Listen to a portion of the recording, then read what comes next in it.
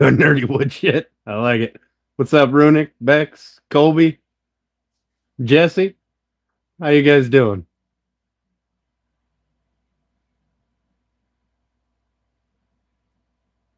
What's up, Steve? Sergeant Grass?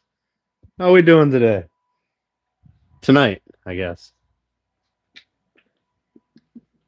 What up, Amy Joe? Amy Joe, I'm sorry I missed your live yesterday. I think it was yesterday. I also was not notified of Runic's live. So, until today. So that was cool. Oh, one of these days when I go to the store, I'll pick up another glue bottle. It's this one. This one is quite rapidly becoming glued shut. Or I'll just pull the top of this off and clean everything. And then I can be cheap and not buy another bottle.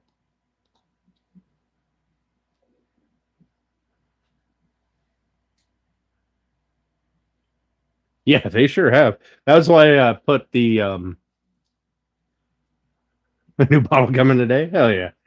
I need to fill this before I start gluing. But what we're going to do tonight, is we're gonna get this frame assembled, the box put inside of the frame. Hopefully everything still goes according to plan. Lights down. Appreciate that, Grass. Hey, what up, Papa? Heading to Oklahoma. Nice. You got another show?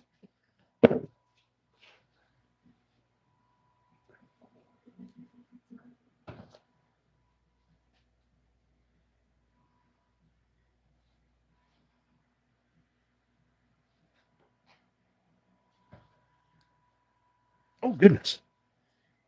I swear, wood glue works for everything. Glues plastic together. Glues wood together.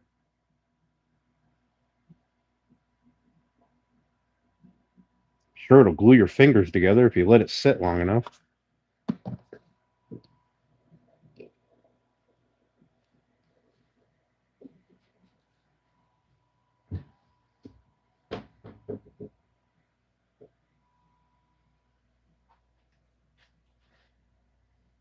Oh. Well, at least you get a road trip out of it.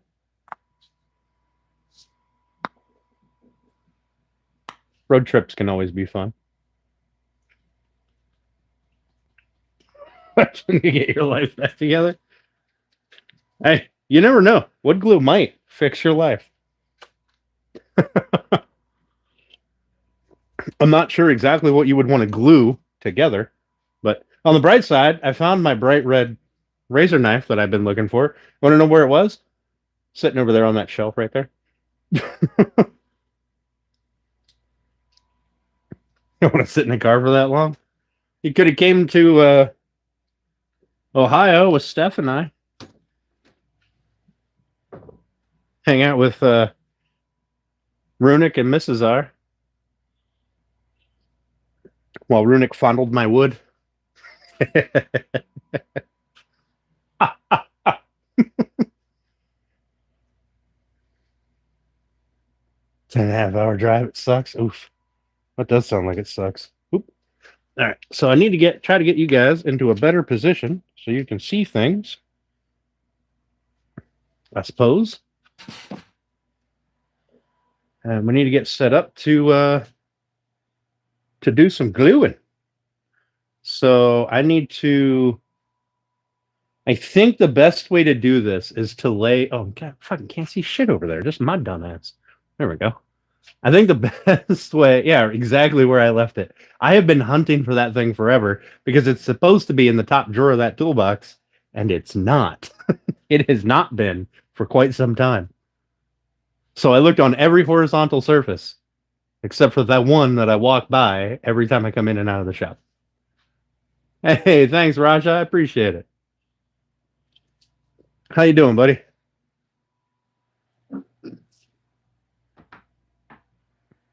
So I think the easiest way to do this is to lay one of the frame pieces down and then stand this up in it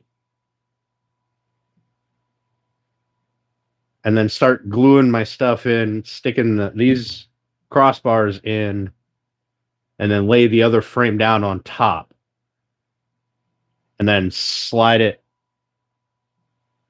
this side off, clamp that side on both corners, slide this side off and clamp that side on both corners, and then flip it. I think. What up, two dudes? I think that's going to be the easiest way to do this. So, this means that I was not set up proper, and I have to move my stuffs.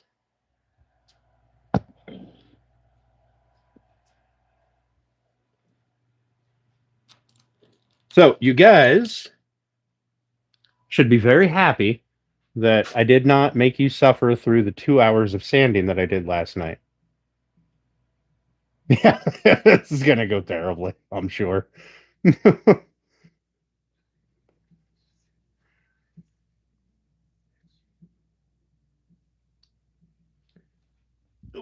me move this back here. I can get you guys nestled back there in that little corner.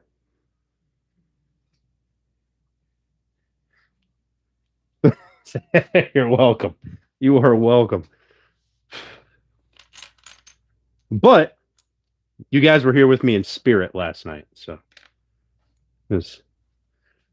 well, I don't really want to talk about it too much. I spend an inordinate amount of time talking to myself while I'm in this shop.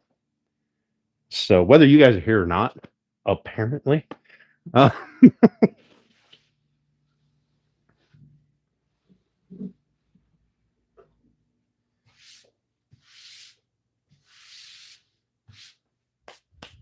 an insane amount of talking to myself.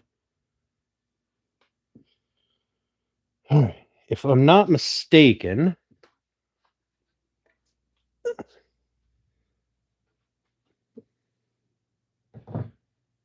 now I did not sand the outsides or the front, all right? I just sanded the inside. Oh no, I did sand the front, the back, and the inside. But there was one. I can clean any of those up afterwards. It'll be fine. This is side one, and that is side one. So that has to flip over into this. Then we can turn it around. But what would probably make more sense is if I did this. So that I can slide it without chewing it up.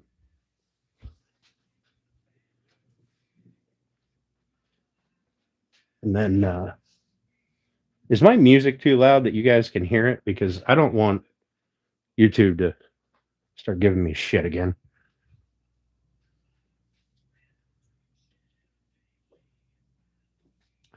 What's that, Woodlot? Like any guy who's consulting an expert, right? Yeah, right? Bex was super disappointed.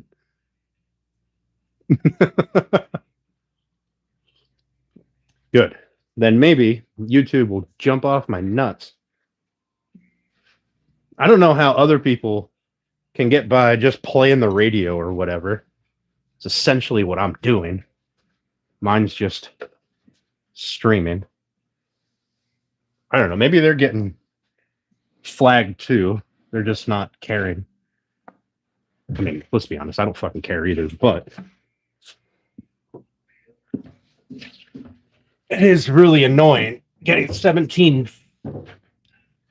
different notifications from YouTube telling me that my video was blocked in 18 countries because there's this one song that played that one time.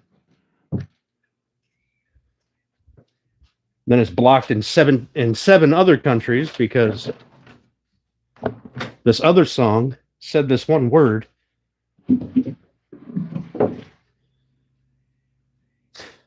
All right, so oh, dang, I got that inside.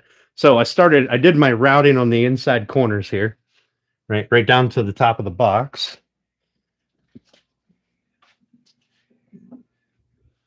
And I got that pretty great. That's awesome. All right. Now we want to kind of rush this forward a little bit so I have a little bit of room. And then we want to, you know what? Actually, that's probably a better way to do it, isn't it? Because then I can get to both sides anyway. You guys might not be able to see it, but excuse me.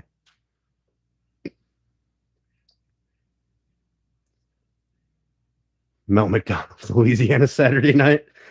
That is not what I'm playing. So, all right, let me see if I can get you guys so you have at least a semi-decent view. I don't know, is that, you guys got a decent view there. You can see what I'm doing from afar, like 40 feet away, but all right. So the idea is every one of these is numbered so that they should all go right into place and everything should be perfect in theory.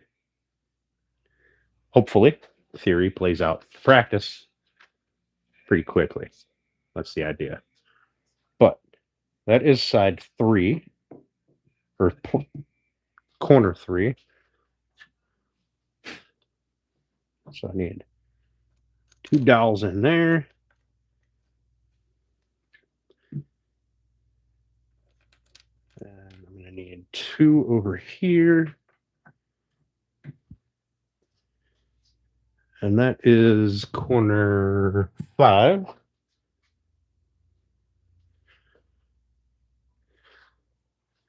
So I numbered each one, and then, you know, top, front, face, whatever. So they should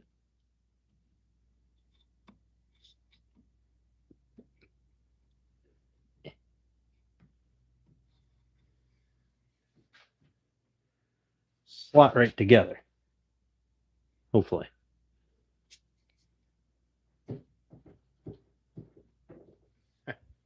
They slot right together. Good. Oh, we're going to glue it, obviously, but.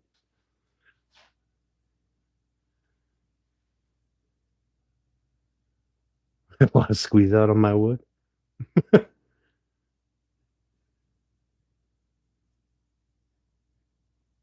Hey, Julie. Also, what's up, Woodlot? Hi, Steph. What you making? Yeah, Steph, what you making? Julie, you know what? Having a great day. How are you? How was your day?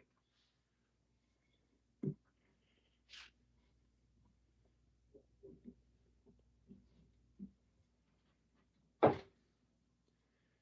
right, that slots right in. Good deal. And then I'll have a little bit of sanding to do to even things up just a little bit, but don't worry, it won't be tonight, okay?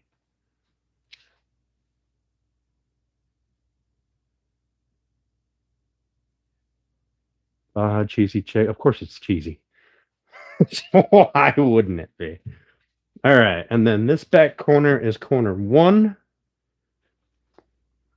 which is this board. I need 2 more dowels.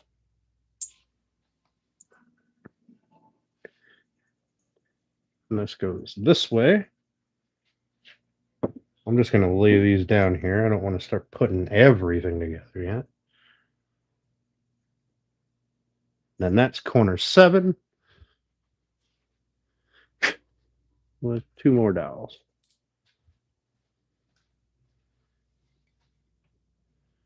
This is front and top. Okay, so that goes there with 2 more dowels. Now, what I did not check was Do I have clamps that are wide enough for this? Are my panel clamps going to be the only thing that I can use?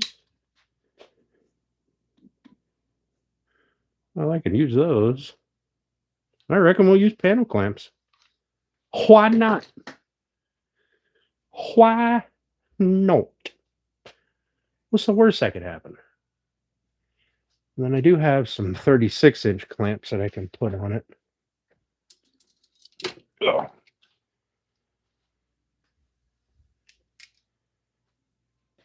If I need to. I also have a band clamp I can throw around it if I want a little extra pressure here in the center, I suppose. So, logically, that fits perfect.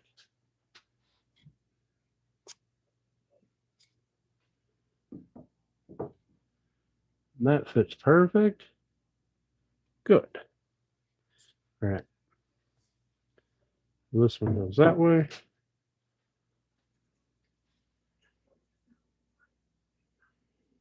This one goes that way. I have to make sure that I have these lined up proper, because if I don't, this is the way I know the dry fit worked. If I go mixing them up, that might not fit right.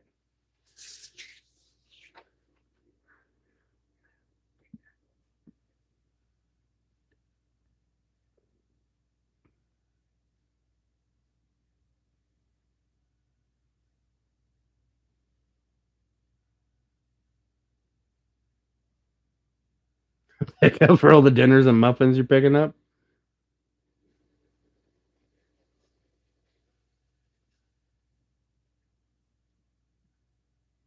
So watching the steam come off your boy's forehead.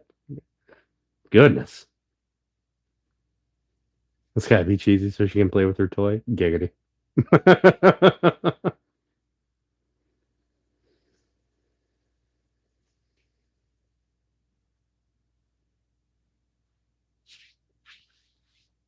You mean on your pizza? Is that for a cabin? No. It's to ensure that I get an uninterrupted supply of baked goods from Miss Chaos One there, Steph. So it's for her house. Now, the real fun will come when we're taping everything off and painting. Okay. Because I decided to not pre-paint, and I may end up regretting that decision when it comes time to painting. But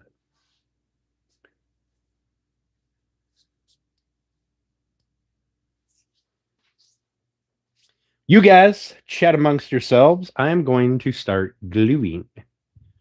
So I need this. I need this. I need a paper towel.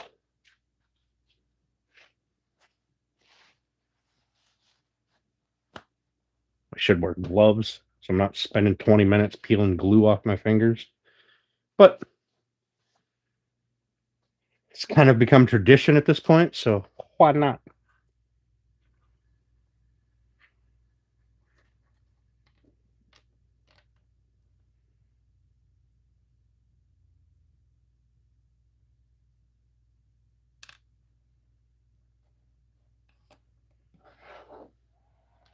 And I have 2, 4, 6, 8. 2, 4, 6, 8. Perfect. I got the right amount of dowels left over.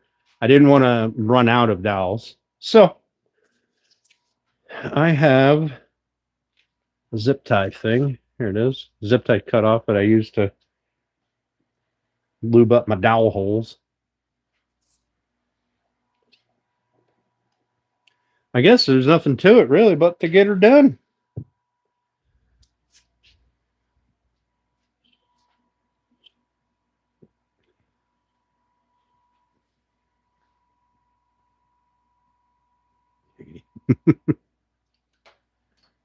Here. I'm going to put you guys over here for now, since that's where I'm going to be working, right there on that corner. We'll see if I remember to move you. All right. Oh, you can't even see the fire. There you are. Salty meat.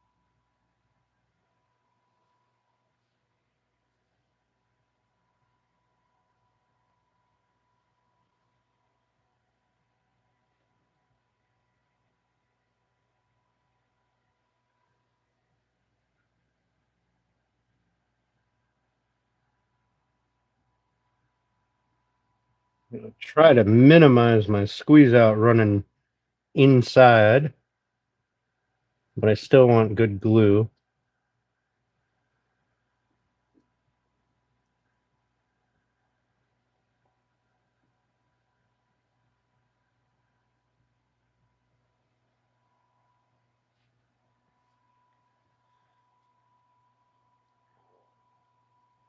Hopefully I can do this fast enough.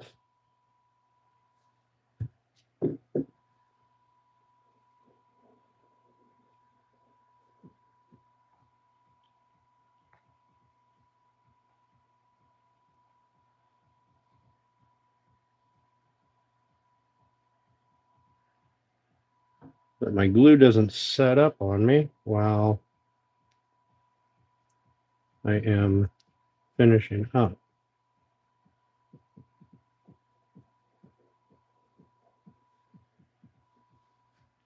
Oh shit. I forgot which side was the top.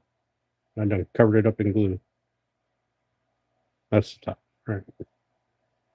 That's the top and that's the front. So this goes this way.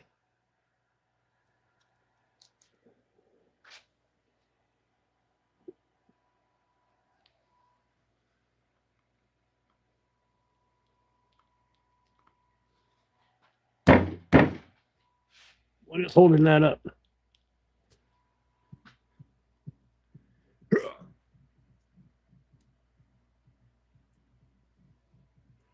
Why are you held up?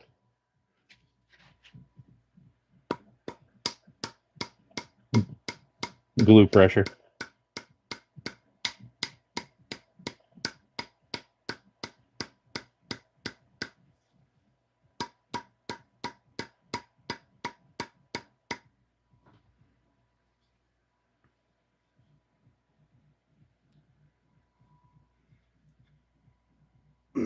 All right, let's do this.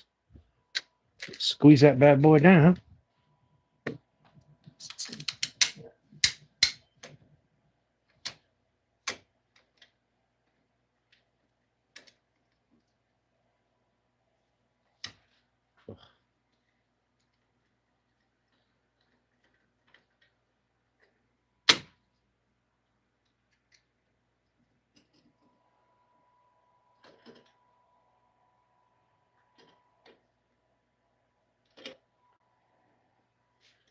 What is holding you up?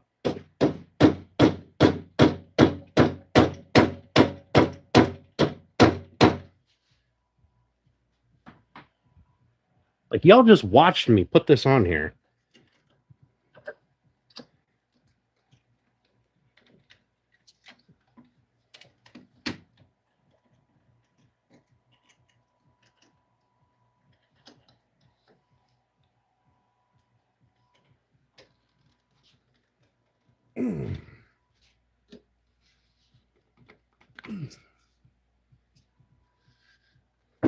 There.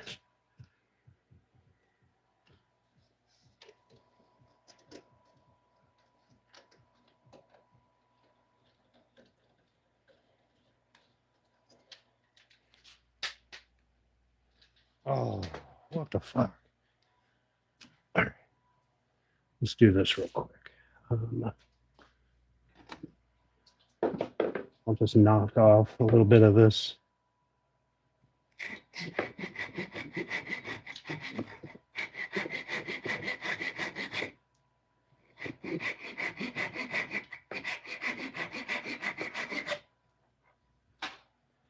Squirt some more glue on here.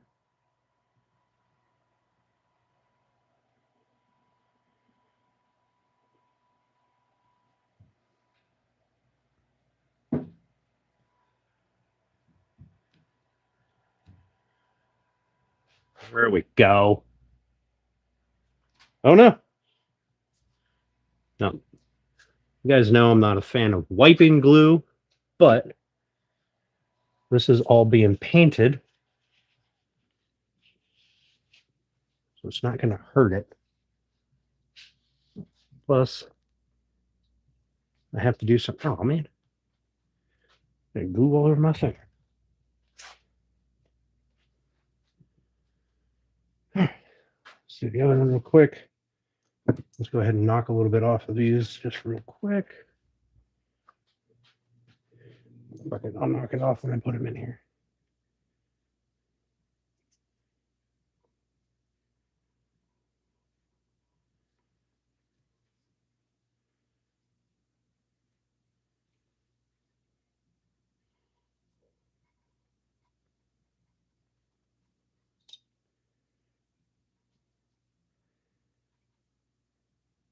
There we go.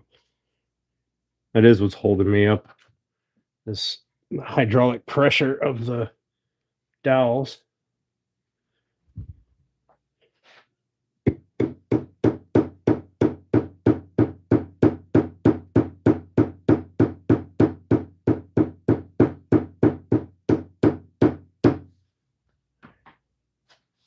Knock off a little bit.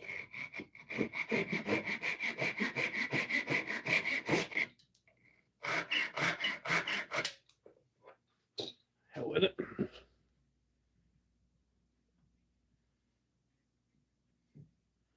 It probably would have helped if I glued up the right side, though.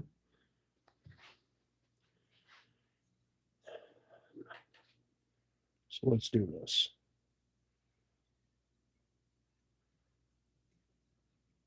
We're just going to have to haul ass.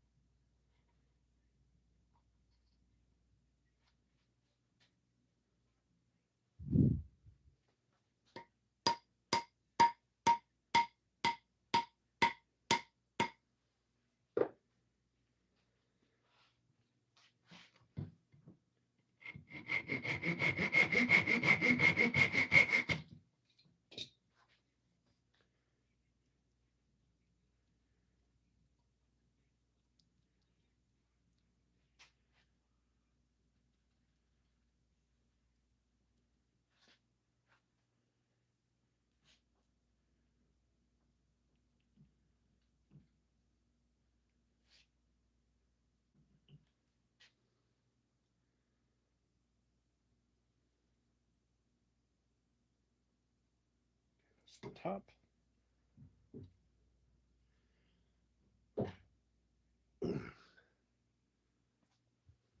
Paper towel, wipe that glue off.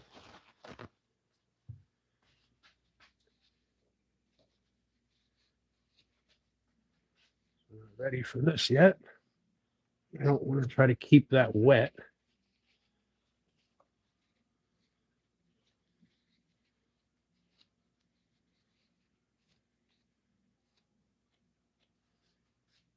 Okay. All right. Hurry up and get to the back.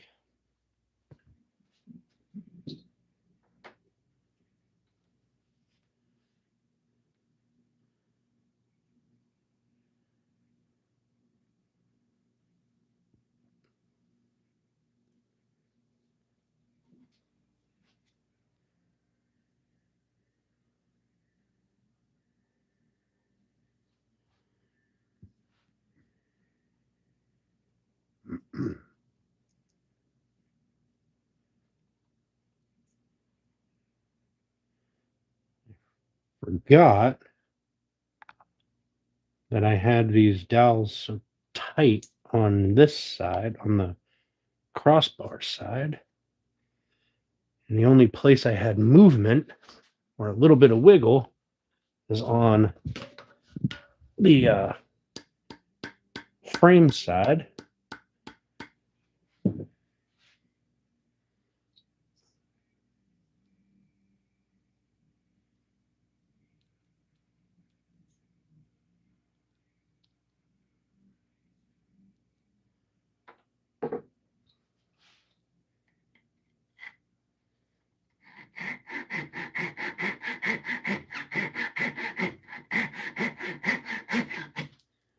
Still got plenty of strength. I just have to take an extra step.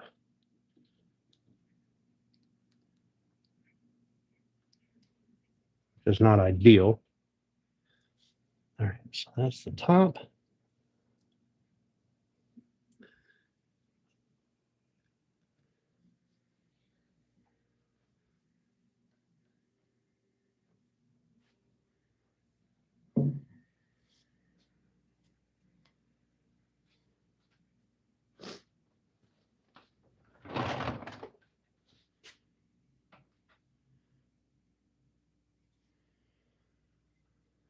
Seven. It goes this way. Now I've got a decent amount of open time with Tight Bond 3, but it's not infinite. So you definitely don't want a ton of error, I guess.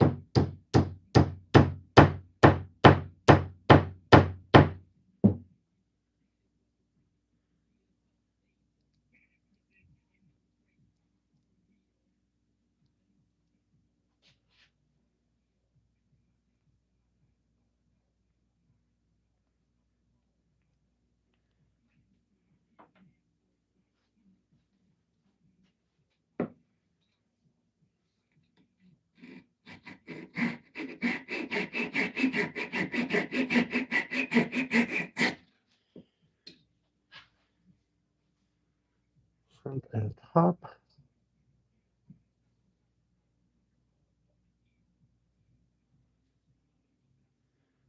All right. Let's get the rest of these put on.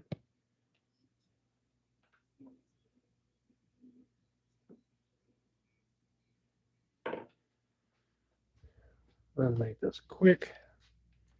We're going to take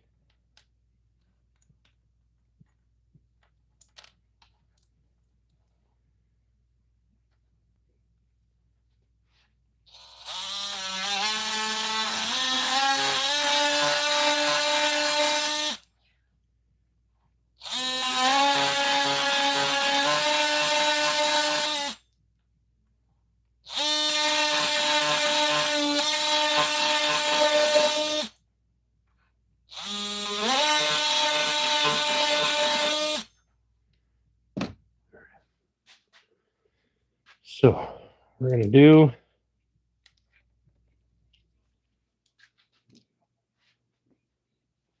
this one's already glued. Put more glue on there. I want to brush it up onto the dowels because I am not going to fill the holes on the other one, the top frame, because it's just going to run out. So I want to make sure I get a good amount of glue on here, and then I'll go through and I'll re-wipe everything.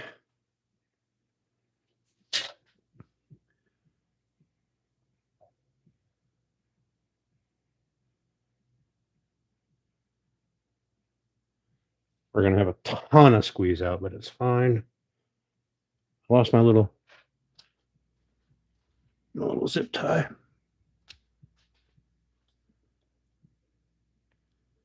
Just have to clean it up.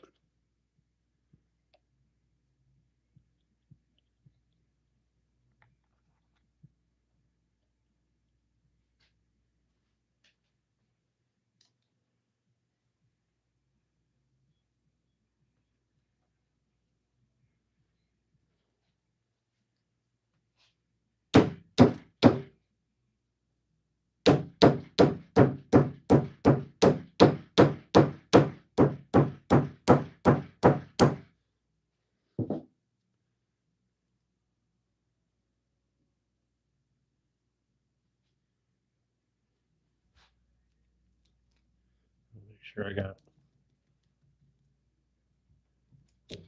this is the first one I did. Make sure I got some glue on there still. Keep moving it.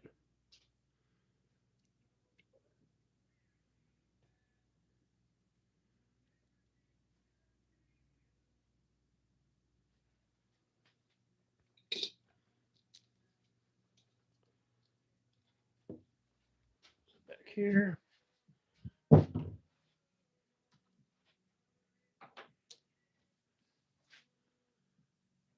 Now, what I probably should have done is I probably should have put my dowels in, wiped all the glue. Then I would only have to do one side. It's not what we did. So I thought about doing it yesterday. I was out here.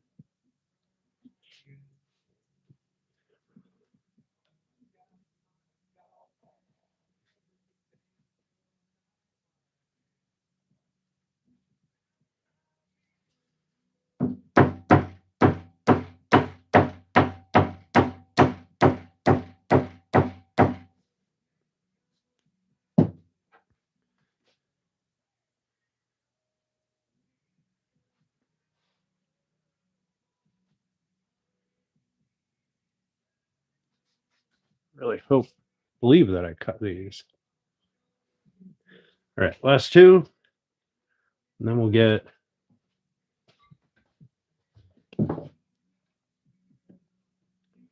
this stuff slapped up.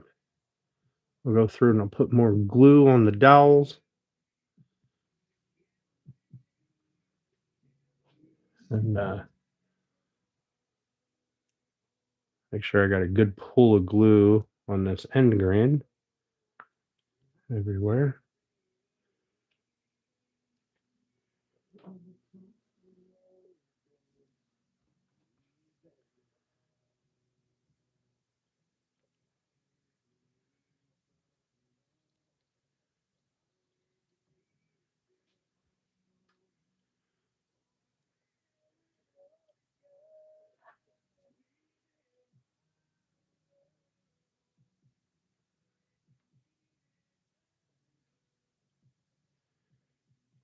Ooh. I don't think I sanded that one. There we go. I think that was the one that fell on the floor.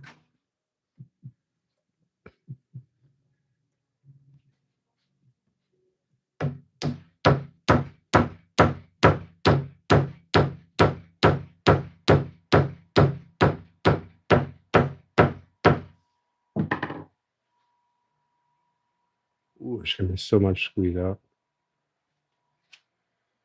It's okay. All right. I didn't want a ton of squeeze out, but we get what we get.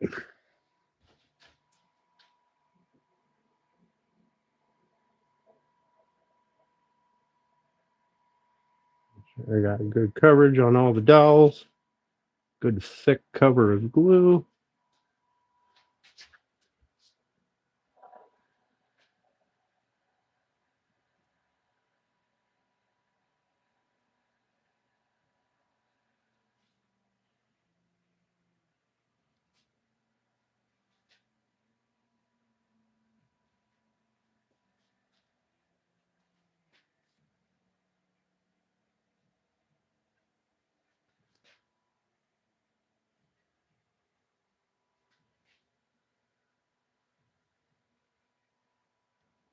So much. So much squeeze out. All right, let's grab that other piece.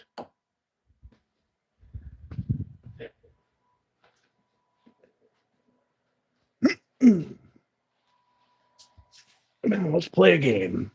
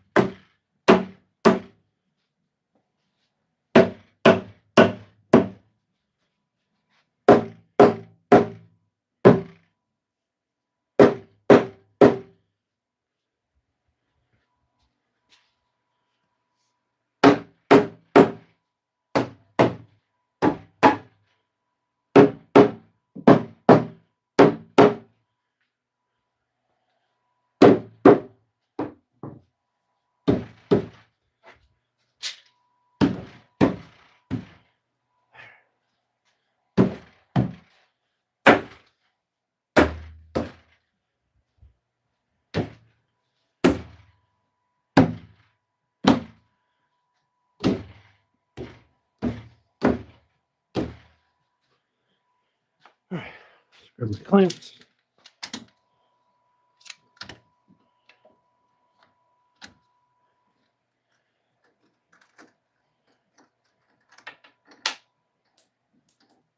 Stupid nut fell off.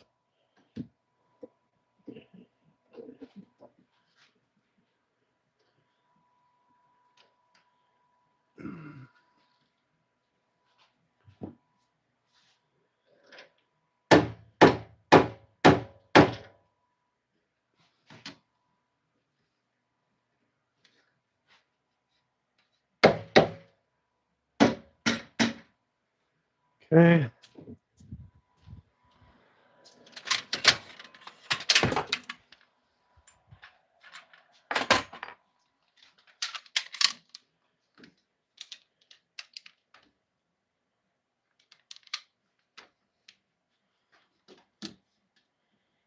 I have no idea what I'm doing. I hope you guys know that. I'm just flying by the seat of my pants here.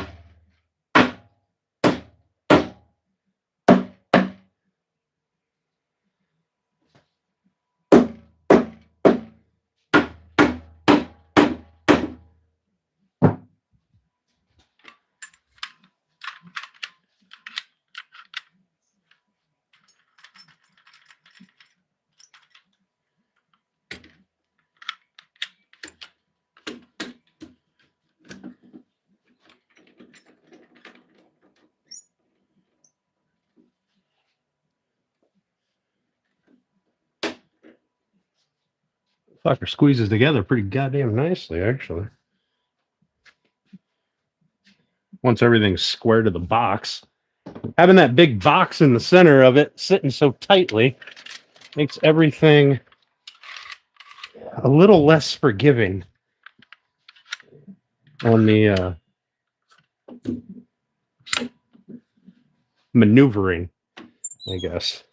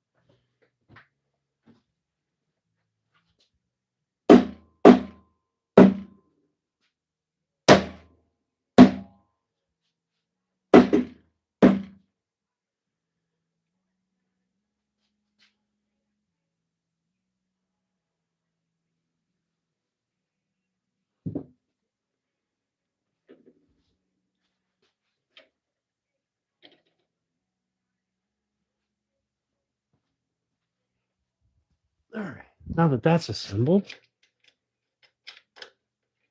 put that fucking nut back on there.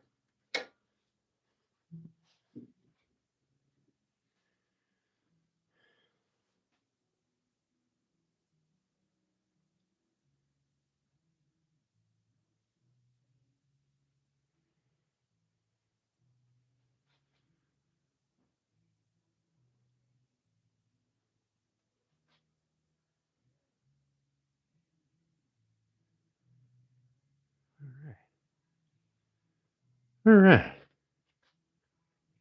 We're going to let it sit this way for now.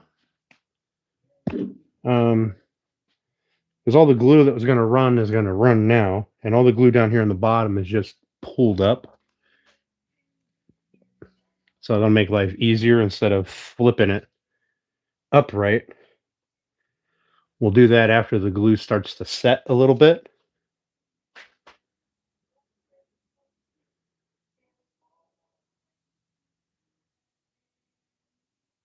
I'm gonna be jacked up.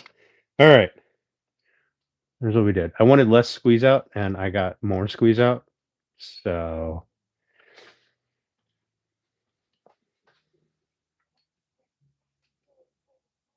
you know, it's a ton of funny shit. Well, let me grab a beer, a pop, and scroll back through. In the truck right now.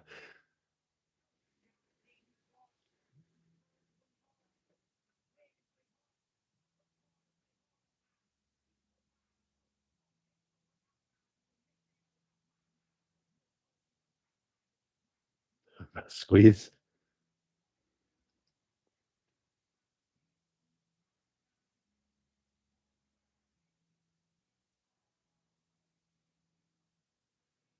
As long as what works and serves a purpose, Earl. Right? Hey, Roots, how you doing, buddy?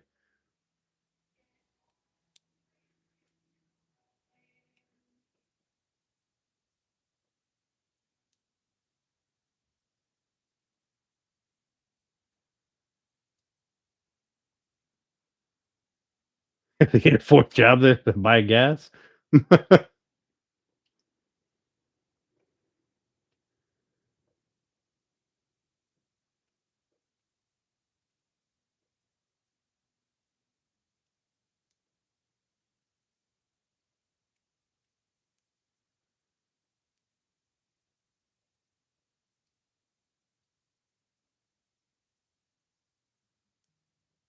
Holy cannolis.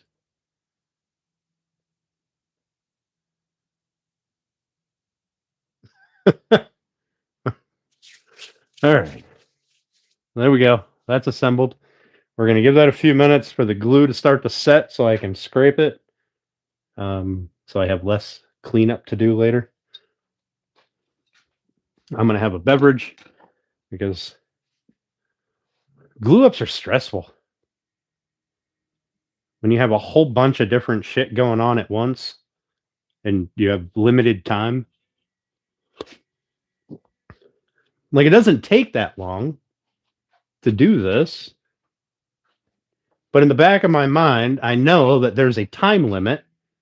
And if I miss that time limit, I know that the first joints that I did are not going to be proper. They're not going to be good. Beverage because American I can, right?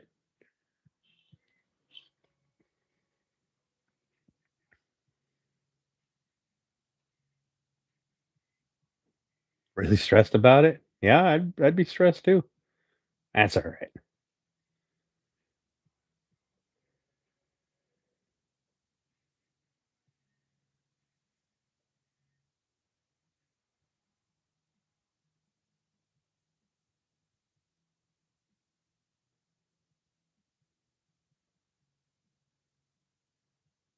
Yeah.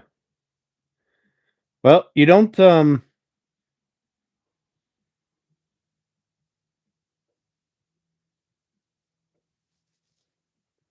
what sounds painful? You're not wrong, Woodlot.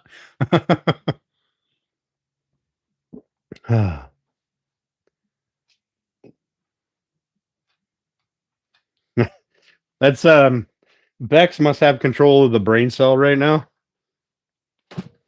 Bex or Steph's autocorrect, just in general, doesn't know English. It just randomly spits out words. Sometimes they make a sentence.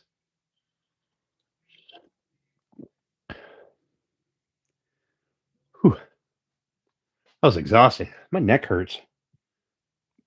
Oh.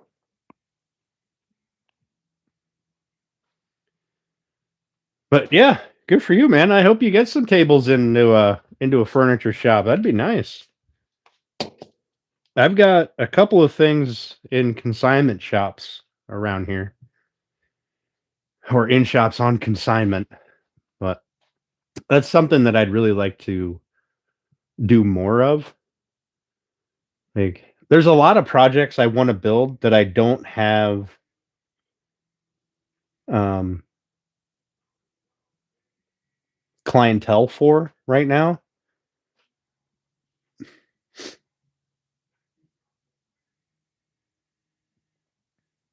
But I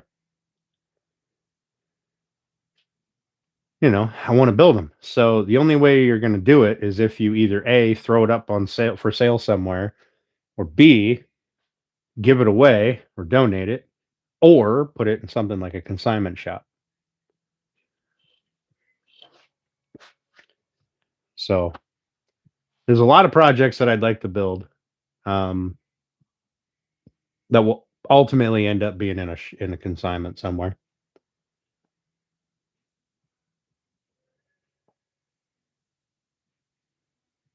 Yeah, Roots. I mean, if people don't know who you are, they don't know what you can do. Like nobody is going to show up at my shop here, knock on that door, and be like, "I've never seen anything you've ever made, but I want you to build me a $20,000 dining table. Here's 10 grand deposit. Bye." It's never going to happen. And no, I don't care who tells you it happens. It doesn't fucking happen. Right? It's like me going to my neighbor's house over here and being like, "Hey, I know your job is making like hydraulic hose and fire hose and stuff. Um, so I'm gonna go ahead and need you to build me a hose system." Or, I don't know, fucking know. You guys get what I mean.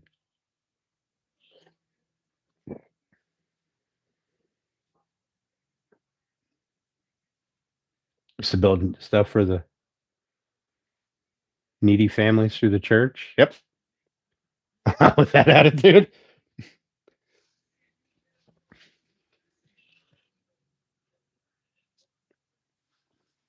Hey, like, I don't know. Like, Go to my other neighbor over here and be like, hey, I seen you had a saw. So here's $20,000. I'd like a dining room table. Thank you. Just let me know when it's done. Oh yeah, don't forget you're gonna deliver it.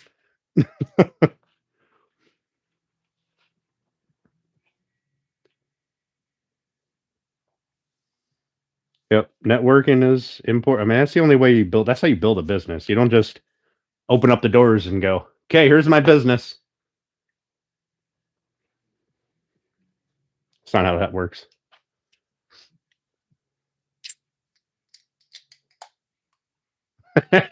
Crap.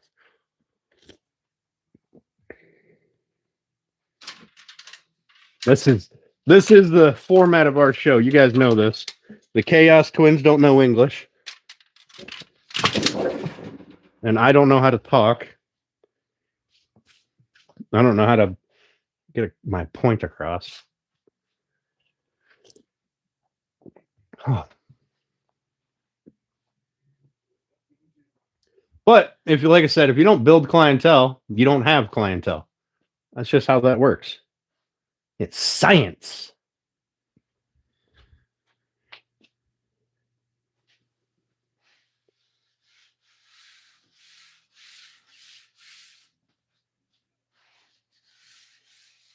Really glad that was maple ply with a. I put tung oil on the maple sides already. I did that last night so that it would cure.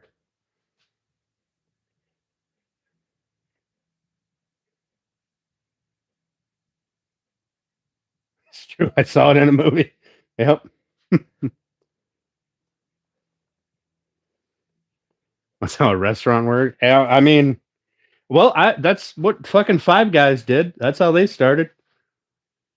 Dude literally opened up a shop in the shittiest corner of town, just back in a corner where nobody knew you were there. Didn't say a word to nobody.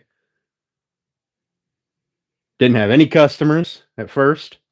One random guy stumbles in, gets a burger, and then at fucking noon they're packed.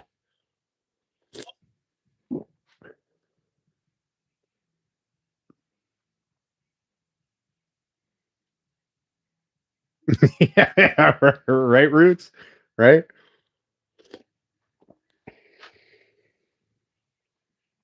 I think YouTube.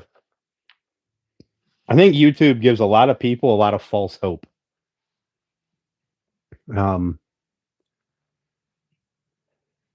it's all the clickbait titles. You know, I can't keep these in stock. I can't build these fast enough.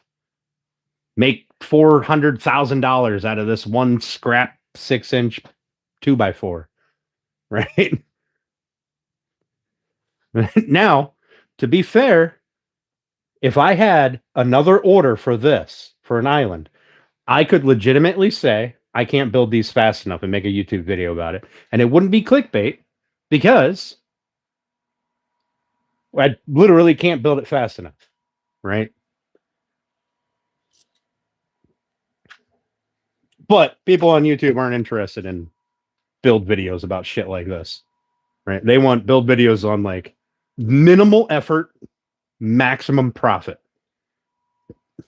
That's the shit that does well on YouTube until you build up a base of people that see, like oh hell, there's a lot of people that like Blacktail Cam over there. He doesn't do any fucking clickbaity bullshit. He's also not building, planter boxes.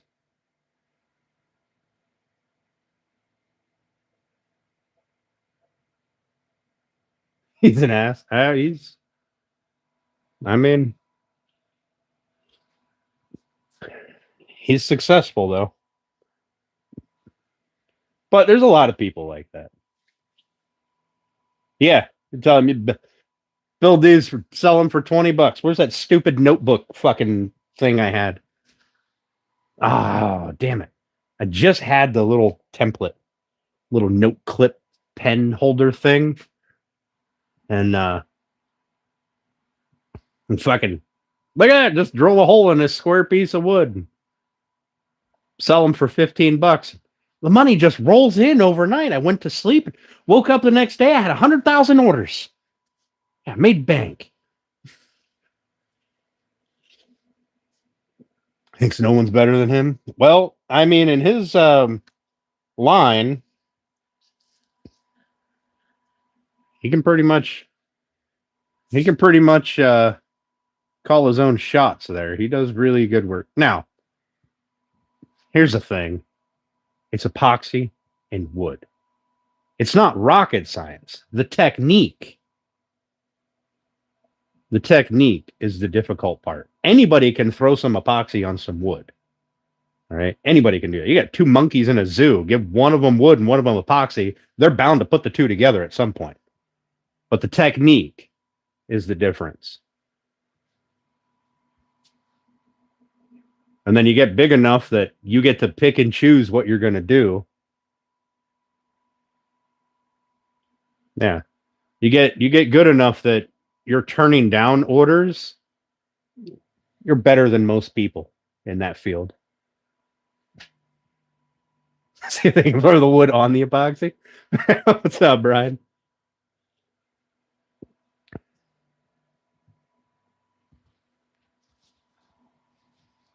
But that goes for anything, really.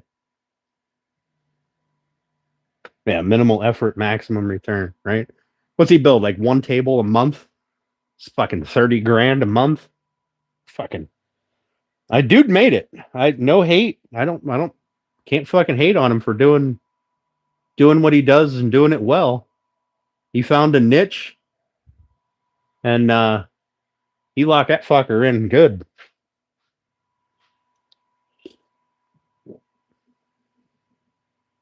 Squashing your dreams? Nah. Don't let anybody tell you can't do nothing. Yeah. Yeah, he went and bought, what, a $5 million fucking property or some bullshit? Like, doing a lot better than I am. I'll tell you that.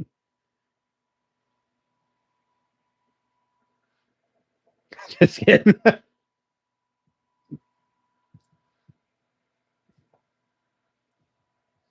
Yeah, but he's got big enough property. He could do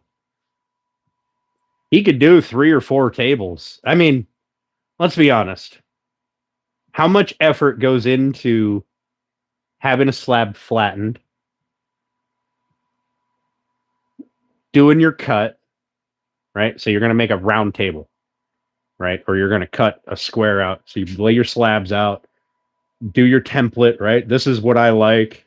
I think this will look good. Do your communication with the customer, right?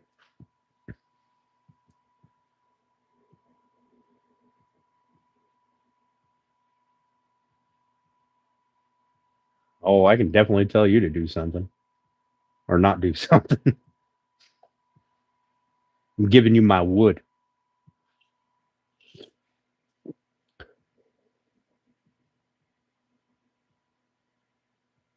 What are we speaking of? We're just shooting the breeze for a minute while this glue sort of sets up so I can scrape it off. Tell me where to go. So we're just talking about like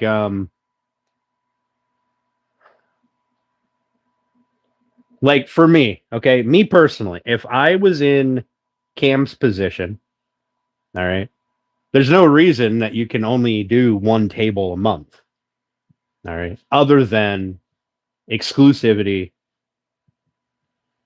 and wanting time to enjoy, the fucking buku bucks you're making. And like logically, you're not doing it. You don't have a day job. Your job is YouTube and making tables. So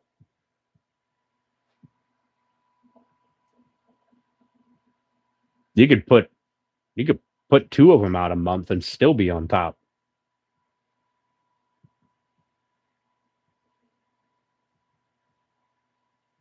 Yeah. Yep. Epoxy tables. I feel like most of the big epoxy people, they got into it when epoxy tables were like at the height of I don't know, the height of their peak or their fuck, what's the word? Everybody wanted one. Now Malecki, he doesn't do anything anymore. He just does YouTube videos. Last I knew, anyway, he just does YouTube videos, does builds for YouTube, which is fucking great. YouTube pays his bills. That's awesome.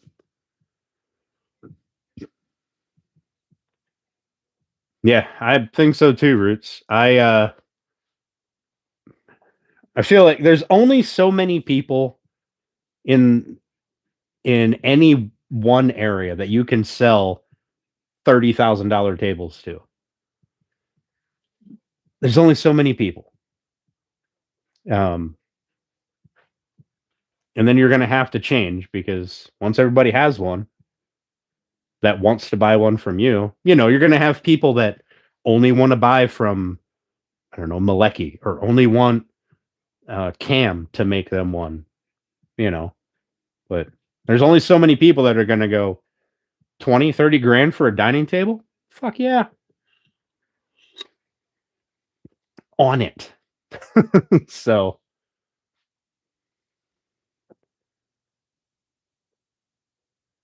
yeah. And I don't, like I said, I don't hate on anybody who's got success, right? You guys, you found your fucking way and you put in the work to get there. Like, I don't hate on anybody who's successful. Just right now, I don't know if you can be an up and coming Blacktail studio, right? I don't know that in the current environment that you can decide, you know what I'm going to do? I'm going to do epoxy tables just like Cam does. Put my own little spin on it because I think epoxy is on that downhill slope. I mean, you might, if you get in with the right people, you might, but I don't know.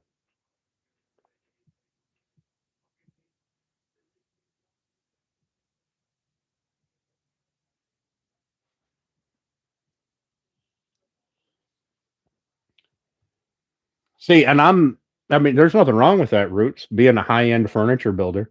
Absolutely nothing wrong with that. And let's be honest, tables are probably one of the simplest things to make. Um, yeah, you have to expand into a large region. But even so, there's still only so many people that are willing to buy a table. And once they buy one, chances are they're not going to replace it. It's going to be there until it's either broken or the fad changes and the new, epoxy tables are out and this new thing is in. Yeah, unless it's a D&D table that I never got to build because they kept adding shit to it and then decided they didn't want to spend the money.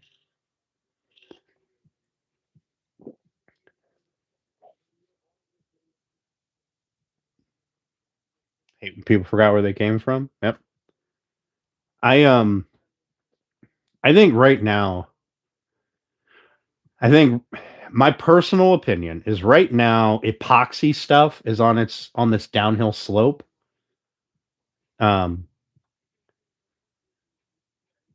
Now it's about trying to find out what is the next thing that people are going to make. Now, Roots, you said you want to do high end tables. I mean, that's great. That's perfect. Now, you and I went two different routes. Like, I like to make expensive stuff, but I also like to make simple things, easy things that look really nice, that don't cost a fortune. Because I feel like that gives me another client base that I can tap into. Yeah, I might not be, 10 grand on one thing, but I don't know. I didn't really get into business to get rich, I guess. It'd be nice, don't get me wrong. 4 eyes. Yep.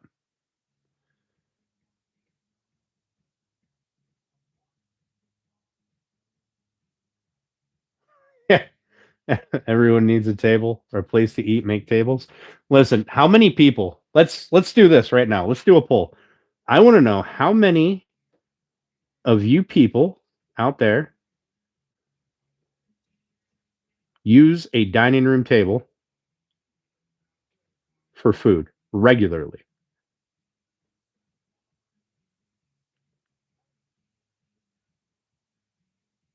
And by regularly, well, here, we'll do this. Um,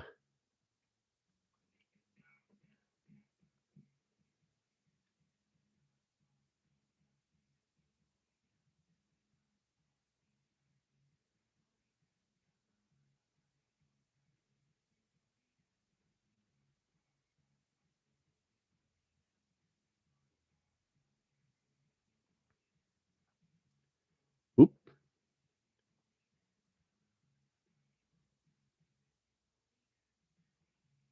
can I shrink this?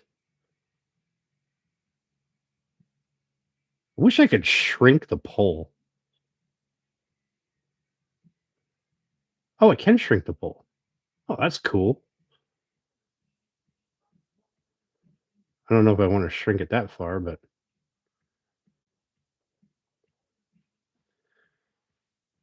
so let's see how many people actually eat at a dining room table. Let's just pick a, whatever's closest to you. Because I'll be honest, I've got 2 dining room tables in that house, and I don't sit at either one of them to eat dinner. All right, I don't need a dining room table, and I feel like most people these days are not eating at a dining table on a regular basis. So the need a table, I don't really see that.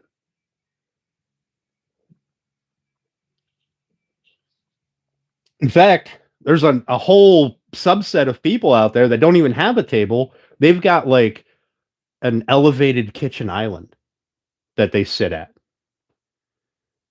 Or, maybe they have a table that they put up once, twice a year for family get-togethers or something. So I now there, I mean, like I said, there's nothing wrong with making a table. Right? I eat anywhere I'm hungry. I eat most of my dinner leaning against the kitchen counter. Um so I don't know, like the kitchen and the dining room, that used to be the center of a household. So people would spend the most money on decorating their kitchen and their dining room. The living room was always a secondary. The bathrooms were a secondary. Um,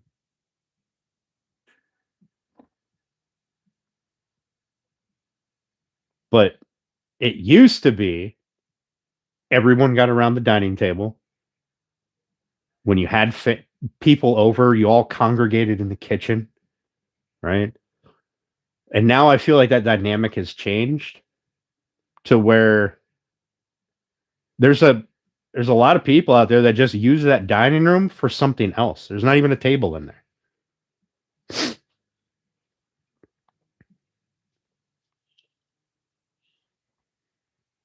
Or like in my case, I've got 2 dining tables and they're both just horizontal surfaces that have collected shit.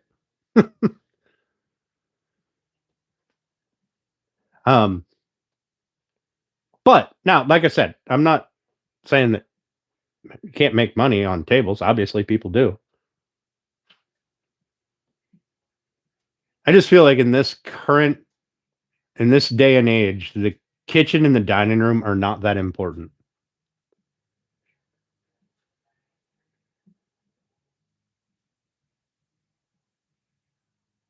A friend that's a realtor wants to know where people get a table. Yeah, I don't believe that at all. Sorry. I don't buy that at all. But I mean, maybe your area is different. I never once asked anybody where I buy a table. The tables are everywhere. I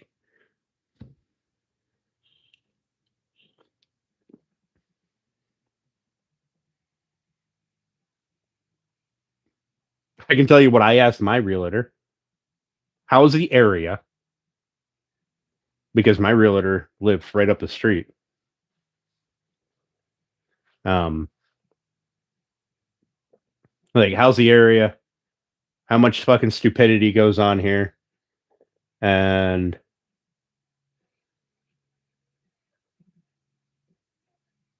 general questions like that. Um, the table I went and picked up at a consignment shop. The other table I went to there's a store in town that sells like furniture. Went in there and picked that one up.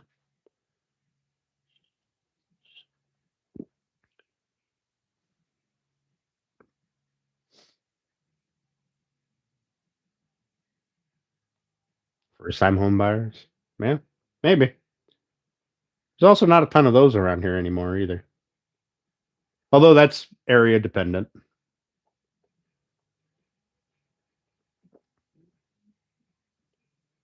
Look at that. I don't know. I'm not saying it's all new builds. Oh, goodness. Yeah, like I said, area dependent. Like I said, I'm not saying that tables are a terrible thing to get into. Obviously, there's people that make money doing it. But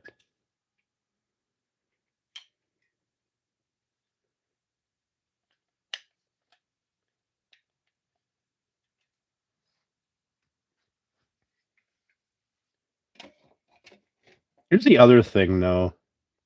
When it comes to decorations and furniture, it's very subjective.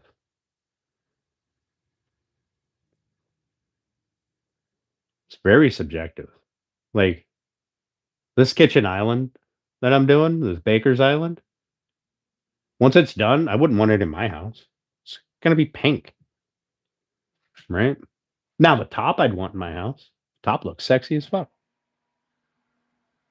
But then again, I don't really care. I'm not I'm not a decorator. Like I'm a utilitarian. I buy shit that looks like it's going to be good. Yeah, I get asked for storage stuff way more than tables. In fact, I get asked for coffee tables and end tables and bedside tables way more than a dining table. But I can count on one hand the number of times I've been asked about a table.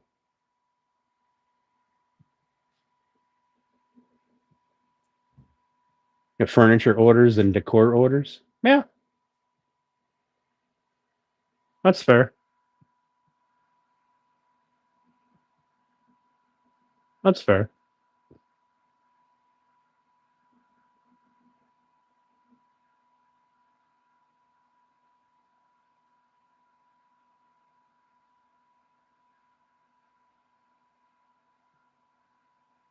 Around me, I can tell you there used to be about 30 different people around me that built tables of various sizes and shapes and colors. And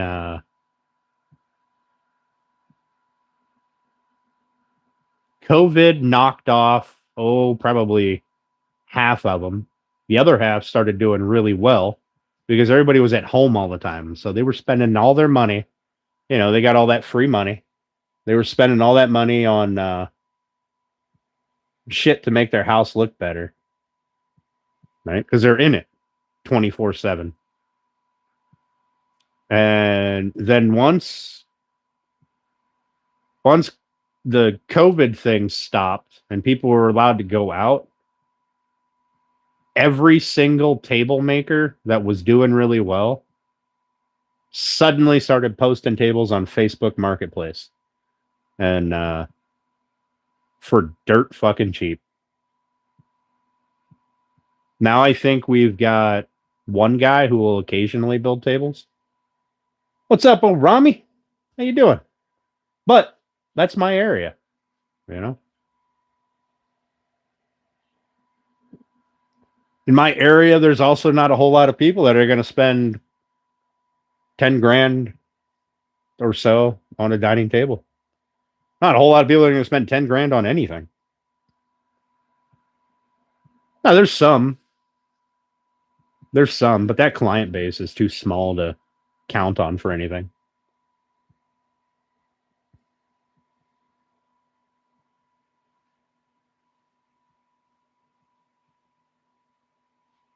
I don't care what color the kitchen is. For being out, I'd have told them to go fuck themselves.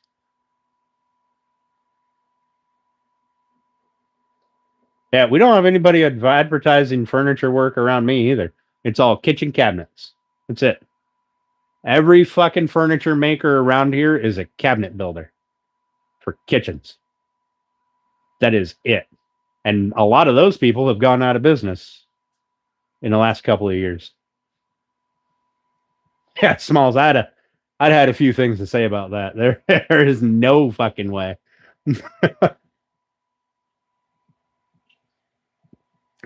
I told you, Seth, I don't give a shit what color the kitchen is. Just everybody has a style, and this island is not going to be my style. Although my style is the kitchen counters that I have in there right now that get used for everything. So can't see either one.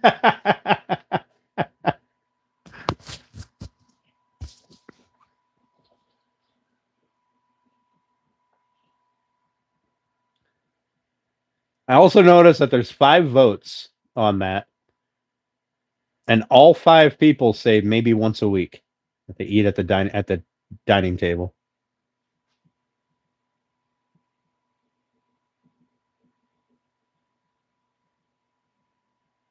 Yeah, there's real good money in building cabinets. There's also a whole lot of risk in building cabinets, from what I understand. See, around me, I don't know why people bother building cabinets because the Amish are going to do it for cheaper than you can. Maybe people don't know the Amish cabinet shop is right up the road. Hell, maybe half these cabinet shops sublet their cabinets out to the half of them have fucking Amish install them. So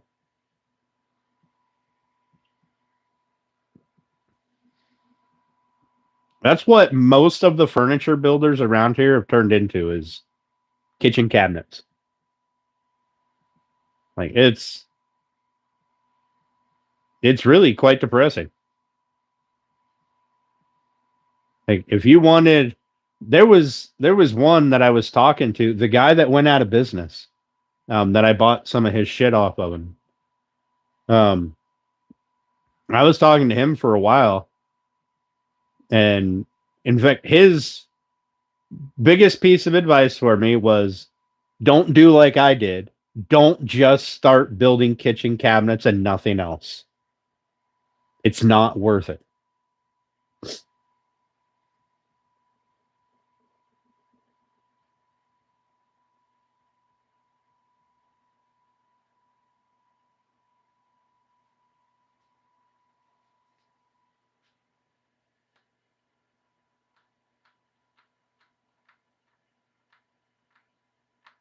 Self shop tables.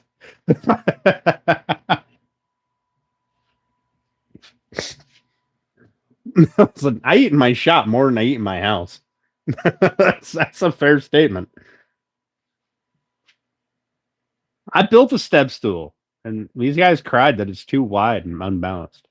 Amish here ridiculously priced and still use power tools. You know what the hype is? Yeah, the Amish here still use power tools. They're not making anything by hand. It's all some belt-driven saw from a gas engine outside, or they work for an Englishman who owns a bunch of power tools so they can use the shit out of it. Woodworkers or manufacturers? Nope, I got the cookies. Just start selling wood, right? right? Have you seen the price of random lumber? Like these pieces of mineralized cherry, I bet I could have cut them up into little pieces and sold them for $20 a little tiny piece. Woodworkers or manufacturers? I don't know.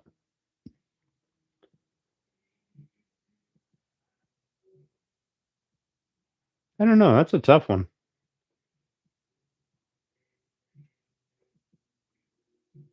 I mean, I've built a fair number of cabinets, and I don't know that I could call that woodworking. I mean, I'm cutting squares and then assembling the squares.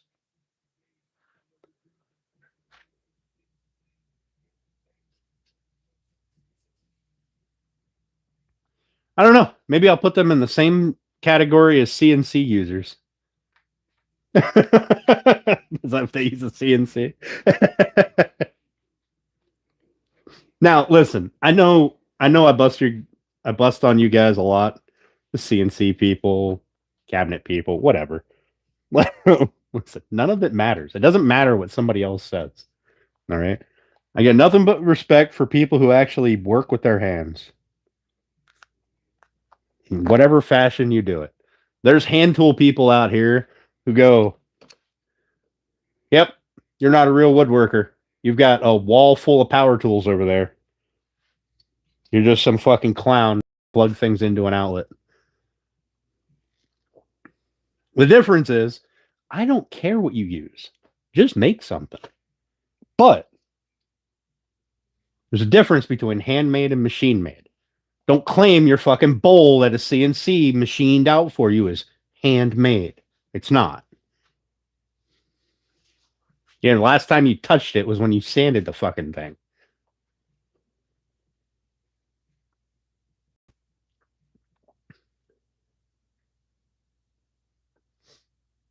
Now, Brandon, people don't.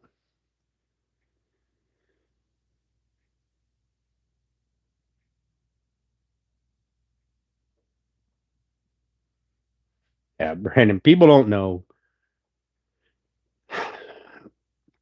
So there's some buzzwords that I've discovered over the years: handmade, custom made, um, built by hand, right? Things like that pique people's interest because those things mean unique. Um, and everybody wants unique. They don't want to pay unique prices. They just want unique.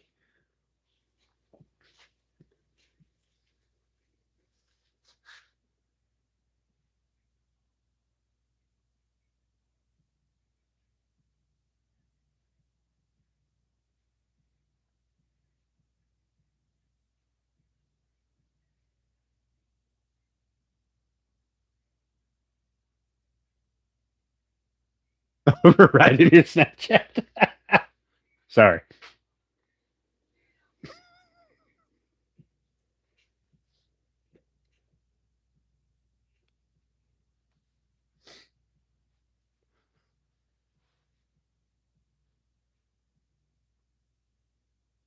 By template. Oh.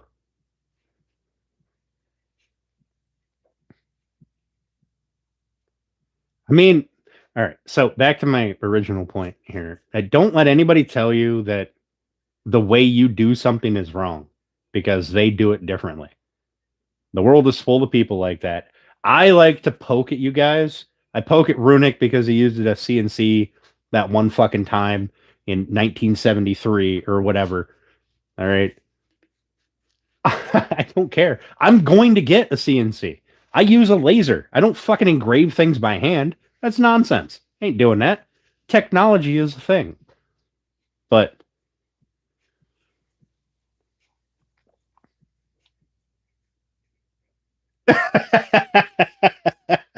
is that the Snapchat I just got?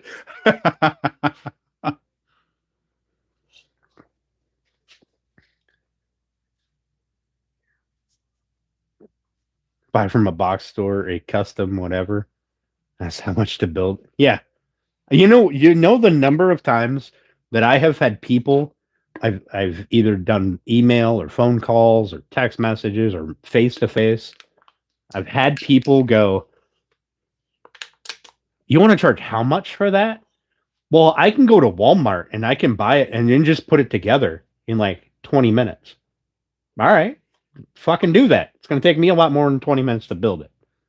And mine will never fall apart.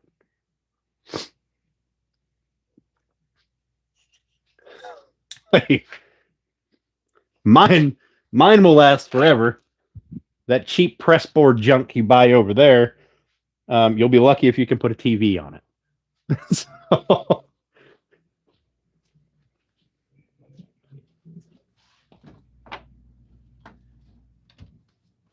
now, in Runick's case specifically, when he uses the CNC, he's clearly not being a woodworker. So,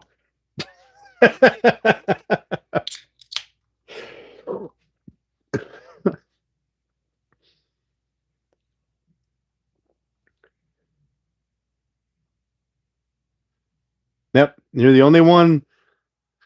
You're the only one that decides what you're going to be good at, what you're going to sell, what you're going to sell it for.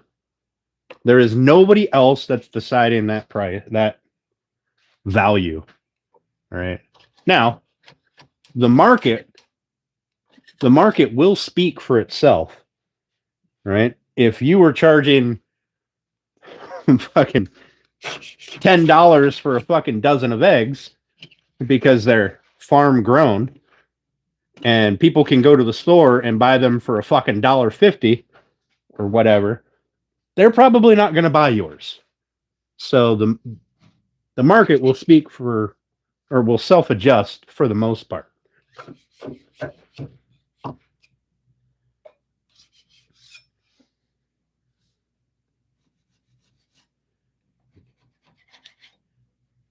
Like I'm constantly told that my cutting boards I should sell for much more.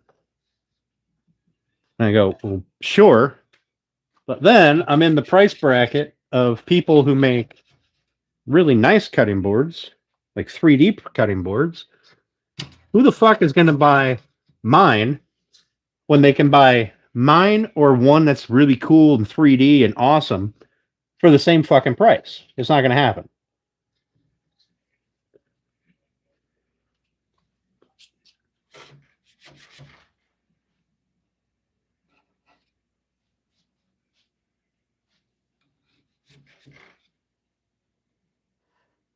Plus, my cutting boards are kind of my... You know, the very first thing I ever sold was a cutting board? The absolute very first thing I ever sold in my entire woodworking career was a cutting board, the same design that I make right now.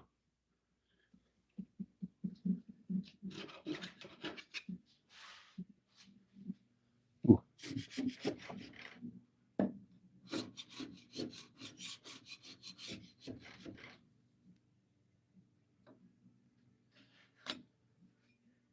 And I can tell you what I sold that first cutting board for. I sold it for $25. I had no idea what the fuck I was doing. I thought somebody was nuts that they wanted to buy my cutting board. The second thing I sold was my chests that I make. Well, I make them on occasion. I don't make them so often anymore. I sold those to a guy and unfinished. Just here's a box. Drop off fucking 5 or 10 of them at the freight company.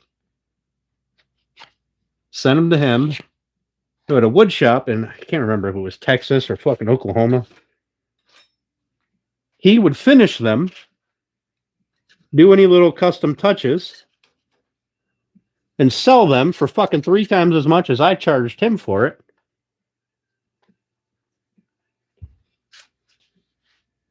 And I did that for a little while, a couple of months. A couple of months longer than I should have, before I realized I'm just working for this guy. I'm not doing anything. I'm just assembling boxes because I had fucking templates for everything. I could pump out 5-10 boxes a day. It was nothing. And I was barely covering my material cost.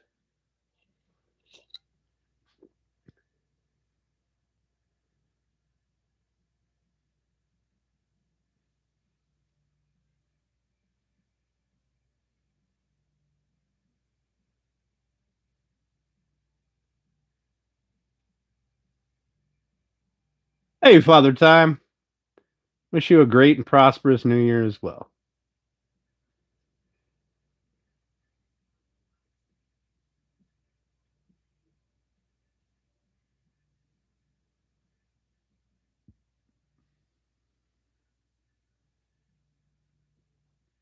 Right.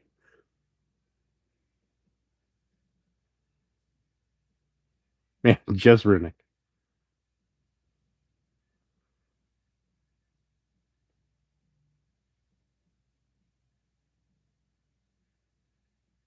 This 3D cutting boards as hard to make as some of them look. Some of them are ridiculously difficult to make.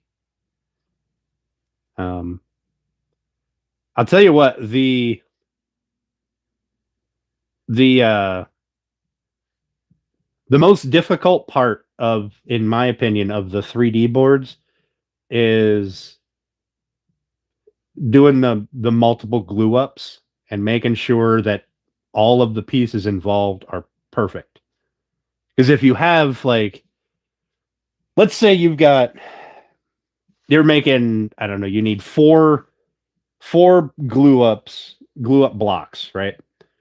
You need four of these pattern, whatever the pattern is, you need four of them to make your overall pattern.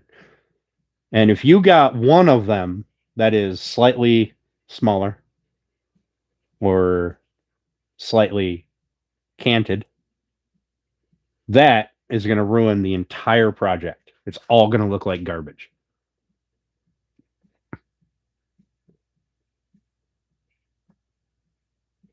Salt and pepper set, napkins, and toothpick holders. Nice.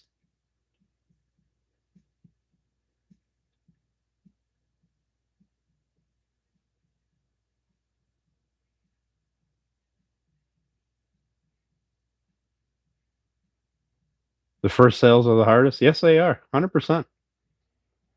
It's also the first sale, I think, is what most people who are making anything, right? That first time they sell something is when they decide if this is going to be for them or not.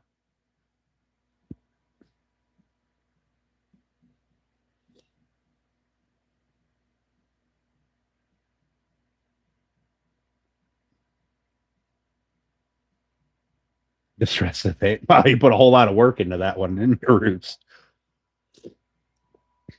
Do you have pictures of that? I'd like to see that table if you have pictures of it. If not, well, then I'll just be sad. The first 10 sales. See, I don't know. So here's what I think. I think that about 50% of people, I think 50% of people who make anything, you could be painting pictures or building wood, anything, whatever you're making, I think 50% of them are in the mindset of, if I don't sell this in this time frame, I'm done. Or if I don't sell this for a certain dollar amount, I'm done. I think that's probably at least 50% of any maker, craftsman, artist, anything like that. The other 50%, I think once they get that first sale, it kind of encourages them. And